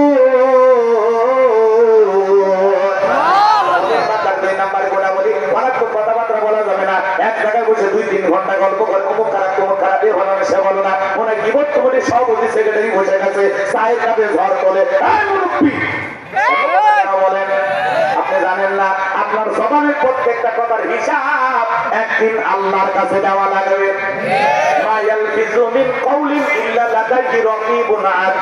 বান্দা এমন কোনো কথা বলে না যে কথা রেকর্ড করার জন্য আমার ফেরেশতারা নাই। আপনার জবানের প্রত্যেকটা কথা রেকর্ড করা হচ্ছে, আর কিয়ামতের ময়দানে প্রত্যেকটা কথার ব্যাপারে আল্লাহ জিজ্ঞাসাবাদ করবে। জবানে ফটো ফটো করা যাবে, আজে বাজে কথা বলা যাবে, অনাত্মক অপ্রয়োজনীয় কথা বলা যাবে না। মুমিন বান্দা জবানে সেই কথা বলবে যে কথা বললে সওয়াব হয়। কি হয়? প্রয়োজন যতটুকু কথা বলবো ততটুকু, প্রয়োজনের অতিরিক্ত কথা বলা যাবে না। চুপ থাকেন, এত ও চাচা চুপ থাকেন না, এত কথা বলতেন একটু চুপ থাকেন না। মানুষ সমানটার নামটা চুপ থাকলে আপনি নাজাত পাবেন। কথা বলে দেখবে না? আজকে জবান থেকে যা ইচ্ছা তাই বলবো না, জিহ্বাটাকে কন্ট্রোল করবো ইনশাআল্লাহ। আল্লাহ রাসূল বলেছেন, তোমরা যদি 2টা জিনিসের জিম্মাদারি আমাকে দিতে পারো, 2টা জিনিস কন্ট্রোল করতে পারো। 1 নাম্বার হলো 2 চোয়ালের মাঝখানে নরম জিহ্বা, আর 2 মাঝখানে থাকা লজ্জাস্থান। এই 2টা যদি সংযত রাখতে পারো, কন্ট্রোল করতে পারো, আমি নবী তোমাদের জান্নাতের জিম্মাদারি নিলাম। বলুন সুবহানাল্লাহ। তাহলে জবান দিয়ে যা ইচ্ছা তাই বলা যাবে না। মুমিন বান্দা জবান দিয়ে সে কথা বলবে যে কথা বলে সব হয়। মুমিন বান্দার 2 নাম্বার গুণাবলী, অনাত্মক কাজ করা যাবে না। মুমিনের টাকা হলে মুমিন সিনেমা হল বানাবে না, যাত্রা গানের আয়োজন করবে না, গানের কনসার্ট দেবে না, মদের বাদ দেবে না, সিনেমা হল বানাবে না। মুমিন টাকা হলে মুমিন মসজিদ বানাবে, মাদ্রাসা বানাবে, ঈদগাহ বানাবে, কবরস্থান বানাবে। মুমিনের টাকা ভালো কাজে ব্যয় হবে, রাস্তার মধ্যে ফলের গাছ লাগায় দিবে, পুকুরের ঘাট বানায় দিবে। কথা বলে পুকুরের ঘাট বানায়, কাটা তারে বেড়া দিলে কেরাকে তালুকদার সাহেবের পুকুর, পুকুর হইতে সাবধান। এই পুকুর না, একটা বিরাট বড় পুকুর বানাবে যাতে মানুষ ওখানে কি করতে পারে, একটু উপকার নিতে পারে। কাপড় ধুইয়া হোক, গোসল করে হোক, মাছ খাইয়া হোক, একটু উপকার নিতে পারে। কথা কথা ওরা সম্পদ দেশে মানুষের জন্য কিছু করা দরকার আছে না নাই? ফলের গাছ লাগাই দিলে মানুষ খায়, ফলের গাছ লাগায় কাটা তারে বেড়া যায়। কথা আছে না নাই? এরকম লোক আছে না নাই? বাজান গো আমার, আল্লাহ অর্থ দিলে ভালো কাজে ব্যয় করবে। রাস্তার মোড়ে লেখে রাখেন সুবহানাল্লাহ, আলহামদুলিল্লাহ, আল্লাহু আকবার। তা না কইরা রাস্তার মোড়ে 4,500 কোটি টাকা দিয়ে ওরা ভাস্কর্য বানাইছিল। কি হয়েছে 5 আগস্টে? ভাস্কর্যের মাথার উপর যে মানুষ পেশাব করে দিয়েছে। কথা কোন ঠিক কিনা? ওই টাকাগুলো দিয়া ভাস্কর্য না বানাইয়া যদি মসজিদ, মাদ্রাসা, কবরস্থান বানাইতো, বেকার যুবকের কর্মস্থানের জন্য টাকাগুলো ব্যয় করতো, ওনার বাবা কবরে শুয়ে শুয়ে সব পাইতো। কথা কোন ঠিক কিনা? এজন্য মুমিনের টাকা ভালো কাজে ব্যয় করা লাগবে। মুমিন বান্দার 2 নাম্বার গুনাহ বলি, এই কান দিয়া অশ্লীল গান বা শ্রবণ করা যাবে না। এই যুবক, আল্লাহ গান শোনার জন্য দেয় নাই। যুবক, তুমি কানের ভিতরে ইয়ারফোন লাগায় গান শোনো। রূপবানের আছে কমর গোলাইয়া, আল্লাহর ফেরেশতারা কবর এনে পিটাবে ফলাইয়া ফলাইয়া। এক যুবক রেল লাইন পার হয়ে যায়, কানের ভিতরে ইয়ারফোন লাগাইয়া এসে ধাক্কা মেরে 3 টুকরা করে দিয়ে গেছে। মরার পরে কানের ভিতরে ইয়ারফোন লাগানো ছিল, এখন কবরে যা ফেরেশতারা তো জায়গা মতো বাদ্যযন্ত্র বাজাবে। কথা কোন ঠিক কিনা? এই যুবক, আল্লাহ গান শোনার জন্য তোমারে আমারে কানটা দেয় নাই। এই কানটা হকারে ওলামায়ে কেরামদের বয়ান শুনতে হবে, ইসলামী সঙ্গীত শুনতে হবে, কোরআন তিলাওয়াত শ্রবণ করতে হবে। ভালো ভালো কান দিয়ে শোনার দরকার আছে না নাই? তাহলে মুমিন বান্দার 2 নাম্বার গুনাহ বলি, সবার দেশে কথা বলবো, যে কথা বলে সব হয়। সমাজে সেই কাজ চালু করবো, যে কাজ চালু করে সব হয়। কান দিয়ে সেটা শ্রবণ করবো, যেটা শুনলে সব হয়। এক কথায় সব আছে যেখানে আমরা আছি সেখানে, আর গুনাহ আছে যেখানে আমরা নাই সেখানে। মন্দ কথা বলবো না, মন্দ কাজ করবো না, মন্দটা শুনবো না, ইনশাআল্লাহ। আল্লাহ যেন সবাইকে গুনাহ থেকে বেঁচে থাকা তৌফিক দান করেন। চিল্লাবেন আমিন। এইবার মুমিন বান্দার 3 নাম্বারে, যুবক রেডি থাকো, 3-এর পরিচয়। 3 নাম্বার গুনাহ বলি, আল্লাহ রাব্বুল আলামিন বলেন, ওয়াল্লাযীনা হুম লিয-যাকাতি ফাইলুন।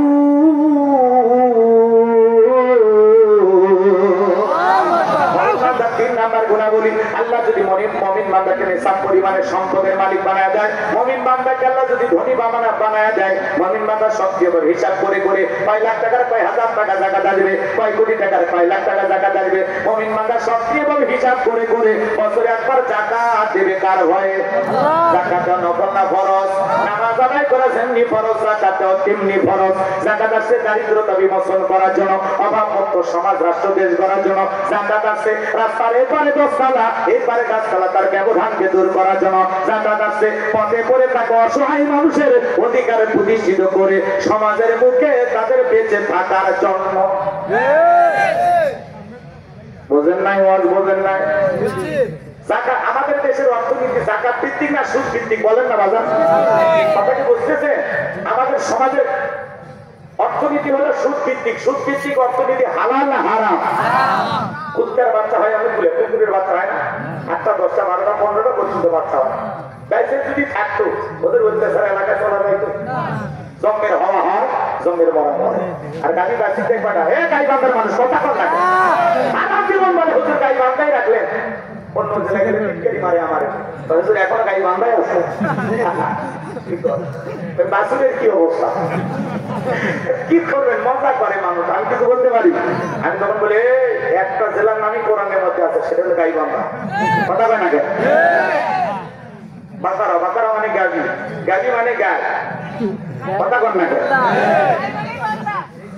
পবিত্র কোরআনুল কারীমে 2 নাম্বার সূরা গাবির নামে সূরা দিয়েছে। চমৎকার একটা ঘটনা আছে। ওই গাবির ওয়াজ করছিলাম আমি সেই বহু বছর আগে, 15 সালে এলাকায়। কষ্ট পাচ্ছেন আপনারা? সে সময় একেবারে চ্যাংরা মানুষ তো, মাইক ধরছি তো ধরছি। 3 ঘন্টা 32 মিনিট ওয়াজ করছি। এর পাশে রাগ করতেছেন আপনারা? বিরক্ত হয়েছেন আমার কথা? শোনেন কি বলছিলাম, শোনেন শোনেন আমার কথাটা শুনে যান। কষ্ট হচ্ছে নাকি আপনাদের? তাহলে এদিক খেয়াল করেন, গাভী বাছুরতে কটা? একটা। এত খাওয়া খায় প্রত্যেকদিন বাংলাদেশে হাজার হাজার গরু জবাই হয়। কুরবানির সময় লক্ষ লক্ষ গরু জবাই হয়। কোনোবার কি চ্যানেলে নিউজ প্রচার করছে এই বছরে পর্যাপ্ত পরিমাণে গরু না থাকায় অনেক মুসলমান কুরবানি করতে পারে না? এরকম নিউজ শুনছেন? প্রত্যেক দিন জবাই করে খায়। কুরবানির দিনে লক্ষ লক্ষ গরু জবাই করি। এরপরেও এই পলাশবাড়ির এই গ্রাম নাম কি? কেত্তারপাড়া। যদি এই পুরো গ্রাম সোজা হয় সম্পত্তি 100-200 গরু পাওয়া যাবে না? কথা বলে পাওয়া যাবে কিনা? 20টা কুকুর পাওয়া যাবে, 20টা কুকুর পাওয়া যাবে। তার মানে কি হালালে বরকত আছে, হারামে কোনো বরকত নাই। হালালের সংখ্যা কম কিন্তু বরকত এত বেশি, কিয়ামত পর্যন্ত খাইয়া ফুরান যাবে না। কথা বলতে কে না? এটা ভাইরা না সুদ ভিত্তিক অর্থনীতি, এটা দেখতে চাকচিক্য। অনেক নেতাই বলে আমরা দারিদ্র মুক্ত বাংলাদেশ গড়ব। আমরা বলতে চাই এটা যদি আপনার অন্তরের কথা হয়, দারিদ্র মুক্ত বাংলাদেশ করতে হলে যাকাত ভিত্তিক অর্থনীতি চালু করা ছাড়া এই সমাজে কখনো কোনোদিন দারিদ্র মুক্ত বাংলাদেশ গড়া কোন নেতার পক্ষে সম্ভব নয়। কথা বলতে গিয়ে না যাকাত ভিত্তিক অর্থনীতি চালু করা হবে। শোনেন, যাকাত ভিত্তিক অর্থনীতি চালু করে একটা যাকাত মন্ত্রণালয় চালু করতে হবে। কথা বলেন। আর এই যাকাত মন্ত্রণালয়ের দায়িত্ব দেশের বিজ্ঞ ইসলামিক স্কলার দিনের দায়ী আলেমদের কাজে দেওয়া লাগবে। ওই গুমসুর ডালসুর বিকাশের টাকা সর লুটপাটকারী দুর্নীতিবাদ চাঁদাবাজ টেন্ডারবাজ দেশের টাকা বিদেশে পাচার করে ওইরকম বদমাইশদেরকে দেওয়া যাবে না। ওদের পিছনে আপনি স্লোগান দেন, বন্ধু ভাইয়ের চরিত্র ফুলের মতো বৈচিত্র, নামাজ পড়া ভক্ত, গাঁজা খাই পাঁচ ভক্ত, গুমসুরিতে বাঁকা ভক্ত, শয়তানের 1 নম্বর ভক্ত, ওদের খুবই শক্ত সুযোগ খাই গরিবের রক্ত। নির্বাচনে আগে পোস্টারে রাখছেন গরিবের বন্ধু, ভোট দিয়ে দেখেন গরিবের 5 নম্বর শত্রু। কথা কন রাখে পোস্টারের নিচে লেখা আছে সেবা করার সুযোগ দিন, সেবার নামের ডাকাতি করে। এই নেতা নির্বাচন করার আগে সাইকেল কেনার টাকা নেই, মোটর সাইকেল কেনার টাকা নাই। সেই নেতা নির্বাচিত হইয়া পলাশবাড়িতে বাড়ি বানায়, রংপুরে বাড়ি বানায়, গাইবান্ধায় বাড়ি বানায়, ঢাকা শহরে বাড়ি বানায়, এমনকি বিদেশেও বাড়ি। এমন নেতা আছে বিদেশে বাড়ি, কোথাও বিদেশে।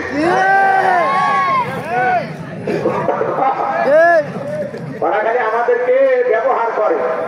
গরিবেরা হলো রাজনীতিতে ব্যবহার হওয়া হাতিয়ার। বুঝলেন না?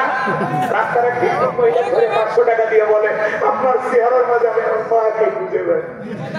নাটক করে অভিনয় করে নেতা নির্বাচিত হয়।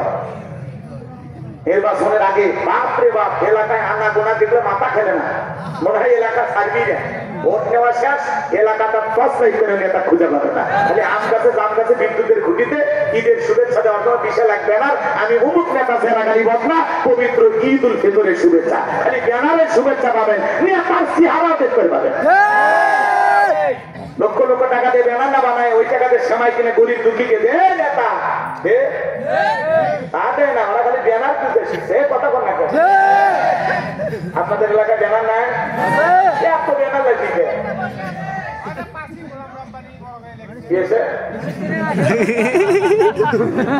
তোমরা গোলাম রব্বানি বড় করে লিখবা। হ্যাঁ, কষ্ট হচ্ছে আপনাদের। আমার ভাইরা মন খারাপ করবেন না বাজার, কষ্ট মনের মধ্যে নেবেন না। সামনে যা করবেন বুঝে শুনে পা ফেলবেন। সমাজে আর কোন দুর্নীতিবাদ চাঁদাবাজ এরা যেন ক্ষমতার চেয়ারে না বসতে পারে। আগামীতে সব যোগ্য নির্ভীক আল্লাহওয়ালা তারাই সমাজের নেতৃত্ব দিবে, তাদের হাতে আমাদের বাংলাদেশ নিরাপদ থাকবে। বাংলাদেশ করতে হলে আল্লাহর কোরআনের বিধান ছাড়া এই জমিনে শান্তি কায়েম হবে না। এই জমিনে আল্লাহর আইন চালু হোক। কারা কারা তার হাত তুলে দেখাতে দেখি। আল্লাহকে থাকবে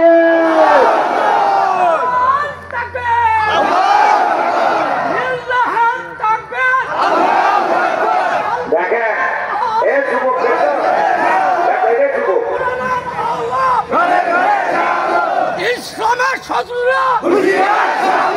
আমার ভাইয়েরা গভীর মনোযোগ কথাগুলো শুনে যাবেন বাজান। তাহলে যাকাত ভিত্তিক অর্থনীতি চালু করে আলেমদের কাছে দায়িত্ব দেবেন। তার কাছে আলেমেরা কি করবে? সমস্ত ধনীদের তালিকা করবে। শুনে যান, ইনি ধনী মানুষ, এদেশের অধিকাংশ ধনী হিসাব করে যাকাত দেয় না। উনি ধনী মানুষ, যাকাত আছে 1 কোটি টাকা, কোনো মতে 5-10 লাখ টাকা যাকাত দিয়া নিজের 90 লাখ যাকাত নিজেই মারিয়া খায়। ধনী মানুষ যাকাত আছে 10 লাখ টাকা, 2-3 লাখ টাকা দিয়ে নিজের 6 লাখ নিজেই মারিয়া খায়। কথা বলেন। দেশের মানুষ পাইছে যাকাত মানে শাড়ি লুঙ্গি, এমন লুঙ্গি কিনে দেয় 200 টাকা দাম, করে থাকলে আর জান্নাত জাহান্নাম সব বোঝা যায়। এমন এক শাড়ি কিনে দেয় 300 টাকা দাম, ধুয়ে দিলে শাড়ি না মশারি খুঁজে পাওয়া যায় না। বড় লোক রে, এই শাড়ি তোর বউরে পরাবি, কাপড় দিলে মান সম্পন্ন দিবেন। আর যাকাত মানে শাড়ি লুঙ্গি নাম। হযরত ওমর ফারুক থেকে বলেন, তোমরা যাকাতের অর্থ এমন ভাবে দাও যাতে ওই ব্যক্তি যাকাতের সময় কারো দুয়ারে হাত না বাঁধে। ওই ছেলেটা বেকার বসে আছে, ওরে যাকাতের 1 লাখ টাকা দিয়া পলাশবাড়ি বাজারে ছোটখাটো ব্যবসা প্রতিষ্ঠান ধরায় দেন।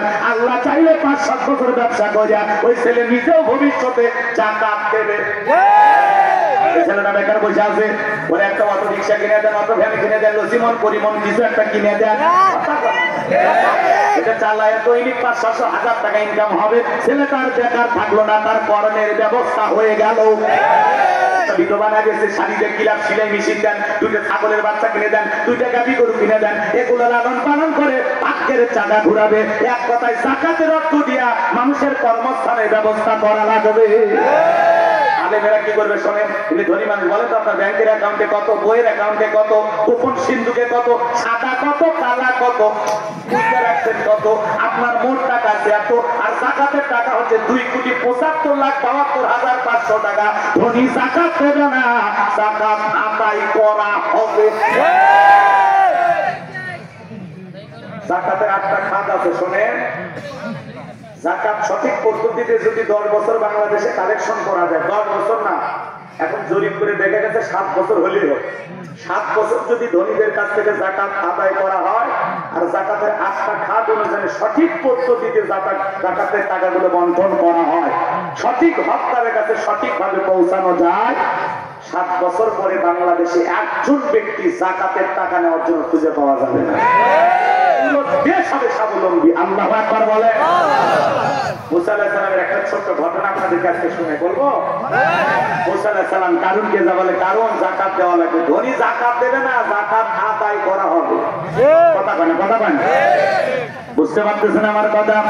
আমার ভাইয়েরা, আল্লাহ নবী মুসা আলাইহিস সালাম যখন বলতেছে কারণ জাকাত দিতে হবে, কারণ দেখে বলে আমি জাকাত দিতে পারবো না, মুসা আলাইহিস সালাম রাগান্বিত হয়ে বলে জাকাত না দিলে জাকাত আদায় করা হবে। মুসা নবীর রাগ কম না বেশি? যে নবী রেগে গেলে মাথা টুপি ভেদ করে চুল খাড়া হয়, কীর্তিকে এক ঘুষি মারে দুনিয়ার থেকে ডিলেট করে দেয়, আজরাইলকে পর্যন্ত থাপ্পড় মারে। কতটা রাগী নবী, আল্লাহু আকবার বলে। এইবার কারণ থেকে বলে মুসা রাগ করার কোনো দরকার নাই, কত টাকা দিতে হবে বলেন? মুসা আলাইহিস সালাম থেকে বলে 2.5% বলে ঠিক আছে, আমার একটু সময় দেন, হিসাব নিকাশ করে আপনারা জানাবো। আমার ভাইয়েরা, এইবার কারণ হিসাব নিকাশে বসে গেল। এই কারণকে আল্লাহ এত সম্পদ দিয়েছিল, 70টা উট লাগতো চাবি বহন করতে। চাবি যদি এত হয় তালা কত, আর তালা যদি এত হয় সিন্ধুকে মাল কত, ছোট মাথায় ধরবে না। কারণ এইবার হিসাব নিকাশ করে দেখে এত পরিমাণে জাকাতের টাকা আছে, হাজার হাজার কর্মচারী দিয়া সারাদিন সারা রাত যদি জাকাতের টাকা দেওয়া হয়, এরপরে টাকা শেষ হবে না। এমনিতে কৃপণ পায়ে স্যান্ডেল দেয় না, ক্ষয় যাবে বলে, গায়ে জামা পরে না ছিঁড়ে যাবে বলে, সেই কৃপণ কি এত টাকা জাকাত দিতে পারে? একটা গভীর ষড়যন্ত্র করলো। এলাকা একটা 2 নম্বর মহিলা ছিল, সপ্তাহ নামের পতিদের কাছে বলে, সপ্তাহে তোরে 2 বস্তা টাকা দেবো অ্যাডভান্স হিসেবে, আজকে 1 বস্তা টাকা দিলাম, আর আগামীকালকে সাক্ষী দেওয়ার পরে আর 1 বস্তা টাকা দিব। বিনিময়ে আল্লাহ নবী মুসা আলাইহিস সালাম যেই মজলিসে দাঁড়াইয়া আল্লাহর পথে মানুষকে আহ্বান করবে, ওই ভরা মজলিসে দাঁড়াইয়া একবার শুধু বলবি নবী মুসা আলাইহিস সালাম দিনের বেলা ওয়াজ করে, আর রাতের বেলা আমি সপ্তাহের সাথে রাত কাটাই, বাস এতটুকু কথা বললে যথেষ্ট, বাকি যা করার আমি করবো। সপ্তাহ রাজি হয়ে গেল। পরে কিন্তু সকালবেলা আল্লাহ নবী মুসা আলাইহিস সালাম ভরা মজলিসে আলোচনা করতেছেন। বাজার মুসা আলাইহিস সালামের আলোচনা শোনার পরে সপ্তাহের পাশান হৃদয় কইলা সত্যি পানি ঝরতেছে। কারণ ইশারা দিয়ে বলে দাঁড়াও, সবটা বলে না আর একটু শুনি, বলে শুনতে দেওয়া যাবে না। 2 জন লোক পাঠায় দিল, ওরা যা বলে নেতা 1 বস্তা টাকা দিয়েছে, আর 1 বস্তা টাকা রেডি আছে, সাক্ষীটা দিয়ে টাকার বস্তাটা নিয়ে চলে যান। সবটা বলে আর একটু শুনি, বলে না শুনতে দেওয়া যাবে না। 2 জন যখন ভাড়া মজলিসে জোর করে জনগণের সামনে 2 হাত ধরে যখন জোর করে দাঁড় করা দিছে, কারণ লাভ করে দাঁড়ায় বলে মুসা রে ওয়াজ বন্ধ কর, টাকা দেখ 2 নাম্বার মহিলা দাঁড়াইছে। আজও দেখতেন আলেমুলামা হক কথা বললে, সুদের কথা বললে, ঘুষের কথা বললে, হক কথা বললে, আল্লাহর আইনের কথা বললে, কোরআনের সমাজ কায়েমের কথা বললে, এক শ্রেণীর লোক আছে বলে হুজুর আপনার ওয়াজ লাইন ছাড়া, হুজুরের ওয়াজ লাইন ছাড়া না। যারা হুজুরের ওয়াজ না বুঝে বাধা দেবে, ওরাই হলো লাইন ছাড়া, ওরাই হলো তার ছেঁড়া। আলেমদের হক কথা বলতে বাধা দেন কেন? তারা বলবে, আপনি মানেন না মানেন সেটা পরে কারিয়ে কথা কন। আপনার পক্ষে দালালি করবো না, দুনিয়াতে আমরা আসছি নাকি? বলে হুজুর মেলা আছে, টাকা দিয়ে হুজুর কেনা যায়, কথা কন না কেন? টাকা পায়ে বাতিলের 5 আনা গোলাম হয়, কথা কন ঠিক না? একটু দুনিয়াতে সুযোগ সুবিধা পাওয়ার জন্য বাতিলের 5 আনা গোলাম হয়, বাতিলের পকেটে বিক্রি হয়ে যায়, কথা বলেন। কিন্তু হক কথা যারা বলে এরা ভয় পায় না, কথা বলেন। রাগ করতেছেন নাকি আপনারা? সামনের দিকে যাইবা জানবো আমার, গেলে একটু মজা পাবেন, কষ্ট হচ্ছে নাকি আপনাদের? এইবার কারণ দেখে বলে সবটা তোমার যা বলার তুমি বলো, আমি তোমার সাথেই আছি। সবটা দেখে বলে কারণ তুমি বৈশা বলো, আমি যেহেতু দাঁড়িয়েছি বলার জন্য আমাকে বলতে দাও। এইবার সবটা ভরা মধ্যে সে দেখে বলে ও দেশের জনগণ শোনো দিয়া মন, আমি জীবনে কোনোদিন মুসা আলাইহিস সালামকে দেখি নাই। আজকে মুসা আলাইহিস সালামকে দেখার পরে, তার আলোচনা শোনার পরে আমার দিলটা নরম হয়ে গেছে। আমি সিদ্ধান্ত নিয়েছি আর খারাপ কাজ করব না, অশ্লীল কাজ করব না। আমি তওবা করে ঈমান গ্রহণ করতে চাই। আলেম দেওয়া শুনে বেনামাজি নামাজি হয়ে যায়, সুৎখোর ঘুষখোর ভালো হয়ে যায়, চোর ডাকাত ভালো হয়ে যায়, বেপরদায় চলা মা বোনের পর্দা কাটে, দাড়ি কাটা যুবকরা দাড়ি রাখে, কথা বলেন ঠিক কিনা? সম্মানিত ভাইরা আমার, এইবার যখন সবটা বলতেছে ও দেশের জনগণ, এর কারণ কেন লাফালাফি করতেছে আপনারা কি জানেন? গোপন তথ্য ফাঁস করে দিয়ে বলতেছে এই কারণ গতকাল রাত্রিতে আমার বাড়িতে গিয়েছিল, আমার 1 বস্তা টাকা দিয়েছে, আর 1 বস্তা টাকা দিবে বলে ওয়াদা করেছে। বিনিময়ে আমাকে এই কথা বলতে হবে। নবী মুসা দিনের বেলা ওয়াজ করে রাতের বেলা আমি সবটার সাথে রাত কাটাই, কিন্তু আপনাদেরকে সাক্ষী রেখে বলতেছি মুসা আলাইহিস সালামের চরিত্র ফুলের চাইতেও পবিত্র। ওই কারণ হলো আমি সবটার নিয়মিত ভক্ত। আল্লাহু আকবার বলেন। ওয়া মাকারু ওয়া মাকারাল্লাহ আল্লাহু খায়রুল মাকিরিন। এলাকার যে গর্ত করেছে নিজের গর্তে নিজে পড়েছে, কথা বলে ঠিক কিনা? আল্লামা সাইদি হুজুরের বিরুদ্ধে যাদেরকে সাক্ষী হিসেবে দাঁড় করানো হয়েছিল, আজকে তারা বলে আল্লামা সাইদি হুজুরের কোনো অপরাধ ছিল না। হিন্দু শুক্রঞ্জন বালি বলতেছে সাইদি হুজুরের কোনো অপরাধ ছিল না। কথা কম, তাকে ধর্ষণের আসামি বানানো হয়েছিল। কথা কম। মহিলাকে জিজ্ঞাসা করা হয়েছে হুজুর আপনাকে ধর্ষণ করছে, বলে হ্যাঁ। তার জন্ম কত সালে? 75 সাল। জন্ম 75 সালে, ধর্ষণ হয়েছে 71 সালে, স্বপ্নেও সম্ভব। কত বড় মিথ্যা মামলা দিয়া কোরআনের শ্রেষ্ঠ মুফাসসির আমাদের কলিজার টুকরা সাইদি হুজুরকে 13 বছর জালেমেরা বন্দী করে রেখেছিল। যারা নিজেরা ট্রাইব্যুনাল গঠন করেছে, আজকে নিজেদের তৈরি করা ট্রাইব্যুনালে নিজেদেরই ফাঁসির রায় হয়েছে। এলাকা এখন বলতেছে অবৈধ ট্রাইব্যুনাল মানি, নিজেরাই তৈরি করলেন আবার অবৈধ ঘোষণা করতেছেন। আছে না?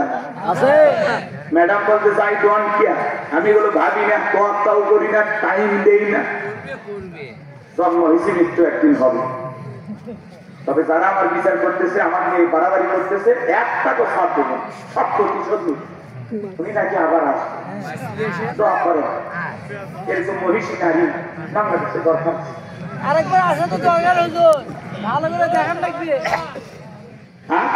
আরেকবার আসা দরকার আছে বাংলাদেশে। কারা বুঝতেছেন না?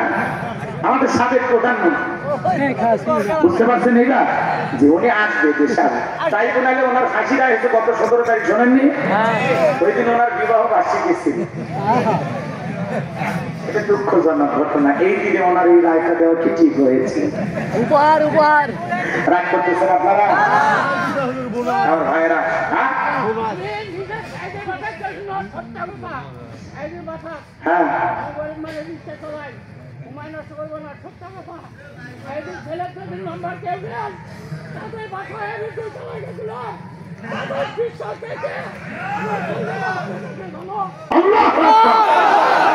দেখেন সাইদি হুজুরের জন্য এখনো কথা।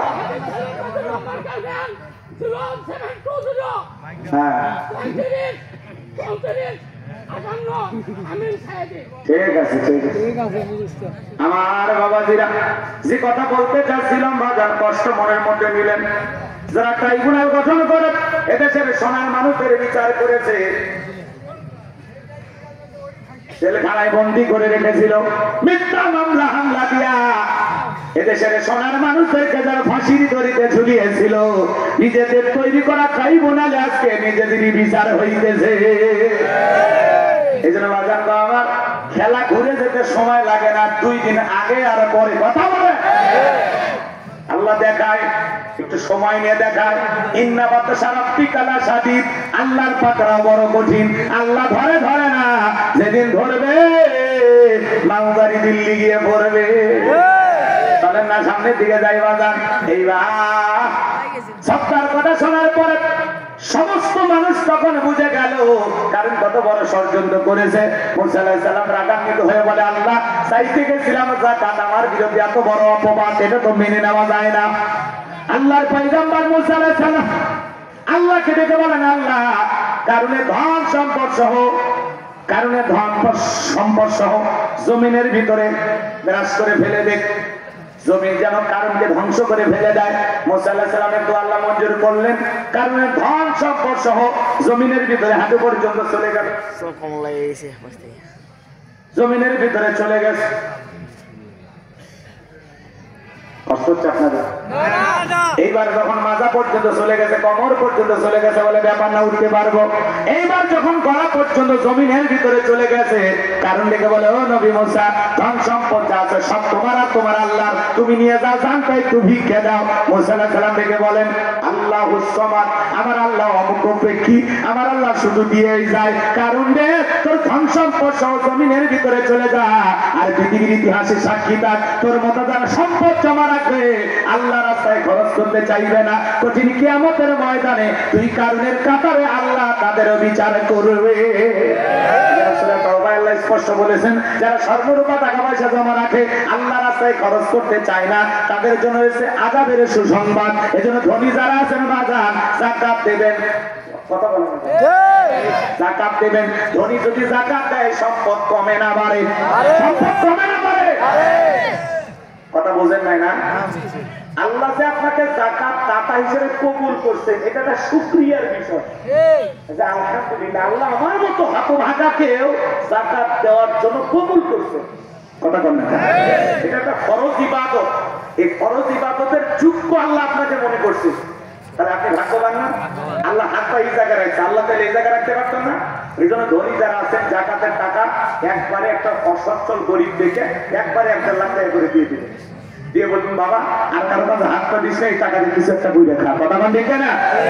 আমরা যাকাতের টাকা 200-500 করে দিয়ে পুরো গ্রাম পৌঁছায় কোনো লাভ, ওই 500 টাকা দিয়ে কারোই উপকার হবে। ওই 50,000 একজনা কি দিয়ে দেয়, পারবো তো ইনশাআল্লাহ। আল্লাহ আমাদেরকে যাকাত দেওয়ার মতো অর্থ দান করেন, জোরে বলুন আমি। স্বর্ণের হিসাবে যাকাত দিলে এখন 15 লাখ টাকার উপরে টাকা লাগছে। অতএব স্বর্ণের হিসাব আপাতত না ধইরা আমরা যাকাতটাকে সহজ করার জন্য রূপার হিসাব ধরবো। রূপার হিসাবে 90,000 টাকার মতো, 80 থেকে 90 অথবা সর্বোচ্চ 1 লাখ। 1 লাখ টাকা থাকলে আপনার উপরে যাকাত খরচ। কথা বলেন, তাহলে আমরা যাকাত দেবো ইনশাআল্লাহ। কারা কারা প্রত্যেক বছর আল্লাহর ভয়ে যাকাত দেবেন, একটু হাত তুলে দেখান তো দেখি। আল্লাহ কবুল করেন, জোরে বলেন আমিন। এবার 4 নম্বরে গুনাহ বলি, ওয়াল্লাযীনা হুম লিফুরুজিহিম হাফিজুন। মুমিন বান্দার 4 নম্বরে গুনাহ বলি, নিজের যৌবনটাকে হেফাজত করা, নিজের যৌবনটাকে কন্ট্রোল করা। মুমিনের যৌবন হোটেলে বিক্রি হবে না, পার্কে বিক্রি হবে না।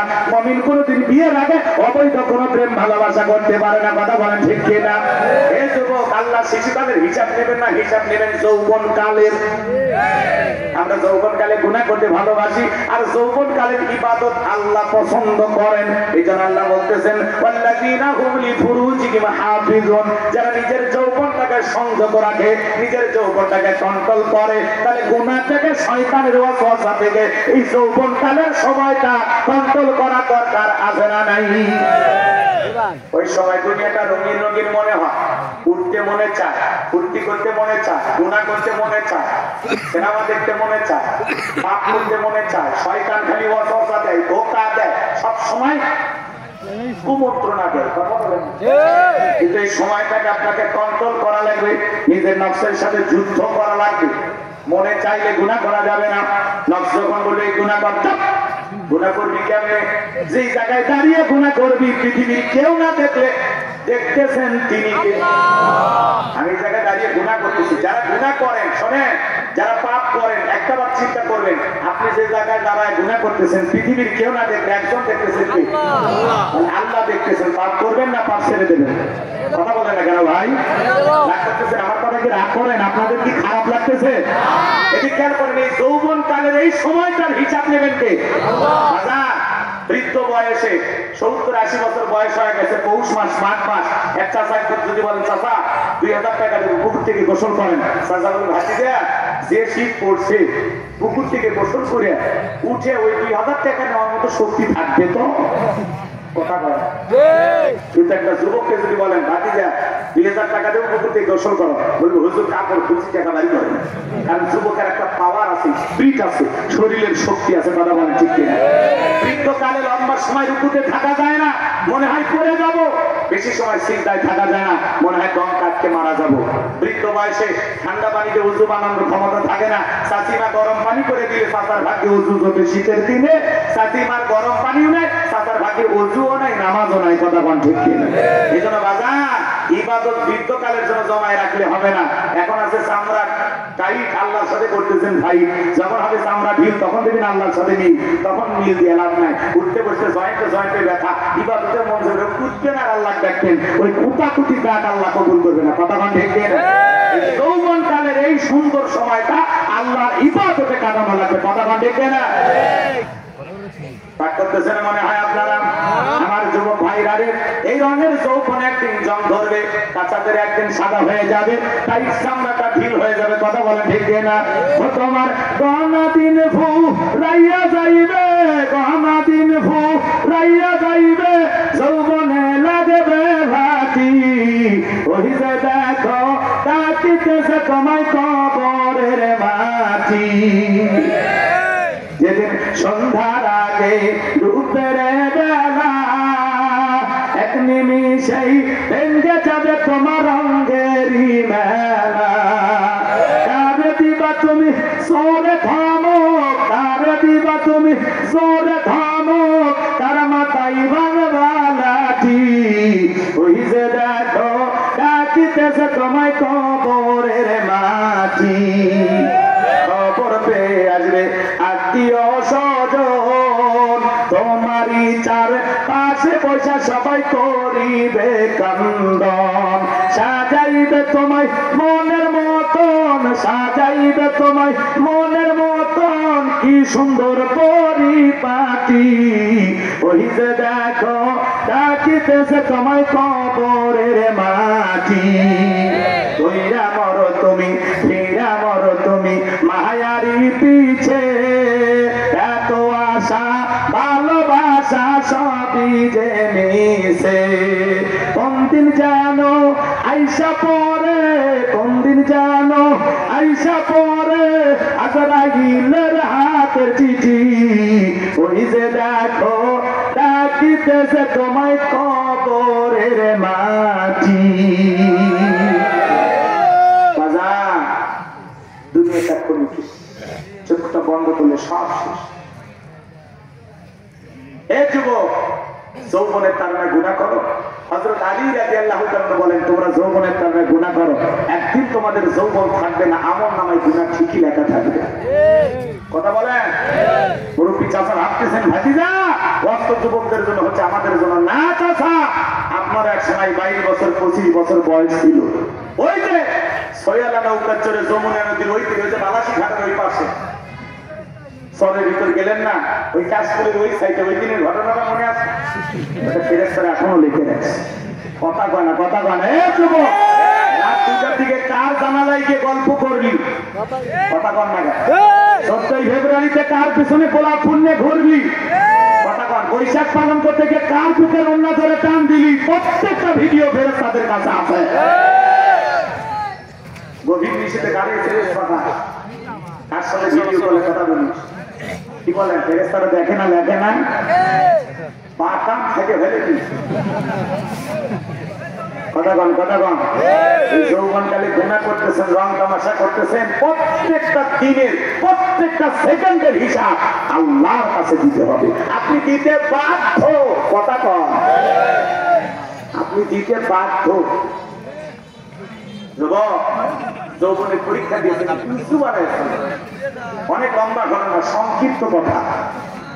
গোপন একটা কক্ষে নিয়ে যায়, প্রত্যেকটা দরজায় তালা মারছে। তাহলে আমার কাছে যা বলে, দিলে বড় জ্বালারি পাঞ্জাবিওয়ালা হুজুর থেকে সই বোঝে না, হুজুর সবে বোঝে না, নারীর সলা করা বোঝে না। সুলেখার কাছে যা বলে, ইউসুফ রে তোমার চোখ দুটা ভারী সুন্দর। ইউসুফ আলাইহিস সালাম দেখে বলেন, এই চোখ যে আল্লাহ সৃষ্টি করেছে, সে আল্লাহকে ভয় করো। জলেখার অন্তরে কি আল্লাহর ভয় আছে?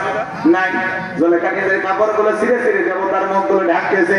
ইউসুফ আলাইহিস সালাম দেখে বলে, কাপড়ে ঢাকিলে তুমি দেবতার মুখ, কি দিয়া ঢাকিবা তুমি বিধাতার মুখ? কাছে আসে ইশারা কি যেন বুঝাইতে চায়। ইউসুফ আলাইহিস সালাম আল্লাহকে ডেকে বলেন, আল্লাহ জলেখার মনের অবস্থা আমি বুঝতে পেরেছি, এখান থেকে বাঁচানোর একমাত্র মালিক আপনি, আপনি ছাড়া আমাদের বাঁচানোর আর কেউ নাই। আল্লাহর পয়গম্বর আল্লাহর উপরে তাওয়াক্কুল করলেন, আল্লাহর উপরে ভরসা করে আল্লাহকে ডাকতে বলেন, আল্লাহ নিজের ইজ্জতকে বাঁচানোর জন্য সামনে দৌড় মারার দায়িত্ব আমার, আর আপনার কুদরত থেকে তালা খুলে দেওয়ার দায়িত্ব আপনার। বলেন আল্লাহু আকবার। গোপন রূপ ইউসুফ নবী আর জলেখা ছাড়া কেউ নাই। যুবক যদি এরকম চান্স পাইতে থাকতো, গোপন রূপ তো দূরের কথা, পার্কের সিধা গলি পাইলে যুবকের পীড়িতের 12 মাস এত ভালোবাসা পালন করে, কিছুদিন পরে মহিলা বমি করে। কথা বল না কেন? আমার ইউসুফ আলাইহিস সালাম আল্লাহর উপরে তাওয়াক্কুল করে নিজের ইজ্জত আর সম্মানকে বাঁচানোর জন্য সামনের দিকে দৌড় মেরেছে। আল্লাহর কুদরত থেকে প্রত্যেকটা দরজার তালা আল্লাহ খুলে দিয়েছেন। বলুন আল্লাহু আকবার। সেই দরজায় জলেখা পেছন থেকে মারছে ধাবা, ইউসুফ আলাইহিস সালামের জামা ছিঁড়ে গেল। ইউসুফ নবী বলে, জামা ছিঁড়ে যায় যাক, ইজ্জত দেওয়া যাবে না। কথা আছে যেখানে বাঘের ভয় সেখানে রাখতে হয়। এইবার বাজান ইউসুফ আলাইহিস সালাম এবং জলেখা তাকা দেখে দরজার সামনে যিনি দাঁড়িয়ে আছে, জলেখার স্বামী আজিজ মিশর দাঁড়ায় আছে। স্বামীকে দেখা মাত্র জলেখা একা কান্নার অভিনয় শুরু করে দিল। দেখে না কিছু কিছু মহিলা কথা বলার আগে কান্দে দেয়, দুনিয়াতে আমার কেউ নাই, কেউ নাকি বাঁচে আছে কি সব কথা কর। জলেখা একা কান্নার অভিনয় কইরা কিছু কিছু মহিলা দেখে না কথা বলার আগে কান্দে দেয়। চোখে মনে মোটর বসায় রাখছে, কিছুই বলা যায় না, কান্দেই মামলা জিততে চায়। চোখতে এত পানি এত পানি রে ভাই। যার বউ বেশি কান্নাকাটি করে বুঝবে না ভেতরে ভেজাল আছে, এত কাঁদিস কেন? কথা যার বউ বেশি কান্নাকাটি করে মাঝে মাঝে ধমক বলে চুপ কাঁদবি না। ঘটনা কি হয়েছে খুইলা কর। তোর ঘটনা শুনে যদি মনে হয় কাঁদা উচিত, স্বামী স্ত্রী একসাথে জামাত করে কাঁদা হবে। কথা মানছি কি না আমার ভাইয়েরা? হৃদয়ের কান থেকে কথা করে শুনে যান। জলেখা একা কান্নার অভিনয় করে মিথ্যা তহমত দিয়া, মিথ্যা অপবাদ দিয়া আল্লাহ নবী সাল্লাল্লাহু আলাইহি সাল্লামকে ধর্ষণের মামলা দিয়া 9.5 বছর জেলখানায় বন্দী করে রাখলো। আজও যারা আলেমদেরকে ধর্ষণের মামলা দিয়া জেলখানায় বন্দী করবে, ওরা হলো ডিজিটাল জলেখা। আপনারা এজন্য যুবক পা কুটাকে তোদের পা ধরে বলে যায়, পুলিশে ধরলে বাঁচবি, র্যাবে ধরলে বাঁচবি, কিন্তু কোন নারী ছলনার ফাঁদে মায়ের জালে রূপের জালে একবার যদি বাদ পেট যায়, ফান্দে পড়িয়া বগা কান্দে রে।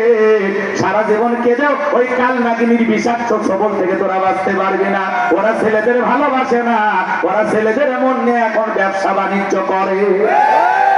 অধিকাংশ নারী সে নিজেও জানে না কারে ভালোবাসে। আকাশের রং ধনু যেরকম মুহূর্তে মুহূর্তে রং বদলায়, আজকের সমাজের নারীরা হলো এরকম বহুরূপী। এজন্য বিয়ের আগে অবৈধ প্রেম ভালোবাসা করে গিফট করে মোবাইল কিনে নিজের টাকাগুলো নষ্ট করিস না। কথা কর, পারলে বিয়ে করে বউরে গিফট কর। কথা বলেন, তাহলে বিয়ের আগে অবৈধ প্রেম ভালোবাসা করা জায়েজ না হারাম? আমাদের জীবনের সব ভালোবাসা আমার স্ত্রীর জন্য বৈধ প্রেম, স্ত্রীর সাথে বৈধ প্রেম, আর প্রেমিকের সাথে অবৈধ প্রেম। কথা কয় স্ত্রীর সাথে আলাম প্রেম। এই যে শীতের রাত, স্বামী স্ত্রী এক কম্বলের নিচে ঘুমাইলেই কম। স্ত্রীর মুখে এক লোকমা খাবার তুলে খাওয়াইলে আল্লাহ রাস্তায় সবটা করে যে সব আল্লাহ স্বামীর আমল নামায় সেই সব লিখে দেয়। স্ত্রীর সাথে যা করবেন সব সব কথা কর, আর অন্য নারীর সাথে যা করবেন সব কি সব গুনাহ। এই জন্য বাজার স্ত্রীকে ভালোবাসে, নিজের স্ত্রীটাকে মনে করেন এটা আমার বিশ্ব সুন্দরী, এটাই আপনার সেরা সুন্দরী। কথা বল না, কপালে যদি চুচ্ছে দেখে পাল্টান যাবে, এটাকে পায়ের সেটেল পাথর যখন তখন পাল্টাবে। কপালে দেখা চুচ্ছে কি করবে, কি করবে, দুইটা বাচ্চা সব কি করবে, কি করার পাল্টান যাবি রাগ করতেছেন আপনারা। এই জন্য ভাইয়েরা আমার নিজের স্ত্রীকে সময় দিবেন, ভালোবাসবেন। দূরে সফরে আসেন, মাঝে মাঝে সুযোগ পাইলে ফোনে বলে দেবেন আই লাভ ইউ শেফালি, বউ খুশি।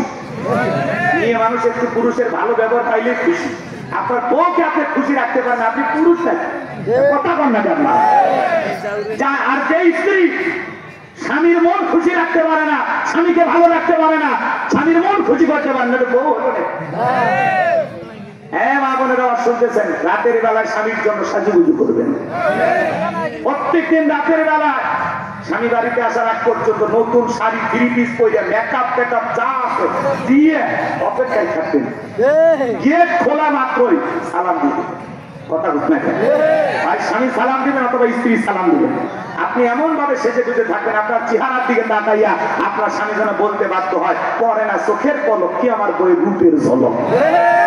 আপনার স্বামী যেন আপনাকে দেখে খুশি হয়, অন্তরের ভিতরে ভালোবাসা জাগ্রত হয়। কথা বলে দেখে চাকরি গুলো স্বামীর স্বামীর সাথে চাকরি নেই মতো সিরা থ্রি পিস করে কথা বলে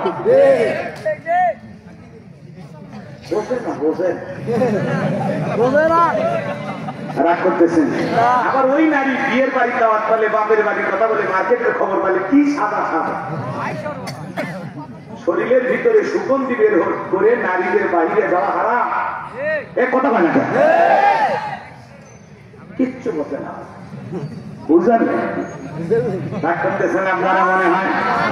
আবার অনেকে বোঝে কিন্তু স্বামীর জন্য করে না, পর পুরুষের জন্য, পরকীয়ার প্রেমিকের জন্য, অন্য বন্ধুর জন্য তার রং ঢং, আর স্বামীর জন্য রাগ মেজাজ। সব তো ভালো লাগে না, ডিস্টার্ব করো না। আর অন্য পুরুষের সাথে কি রোমান্টিক শুট, কি করো, খেয়েছো আছে না? স্বামীর খাওয়ার খবর নেয় না, বন্ধুর প্রেমিকের খবর। খেয়েছো? কেন খাও না? আমার কথা মনে হয়েছে। আছে না? আল্লাহ ওই নারীদেরকে হেদায়েত দান করুন।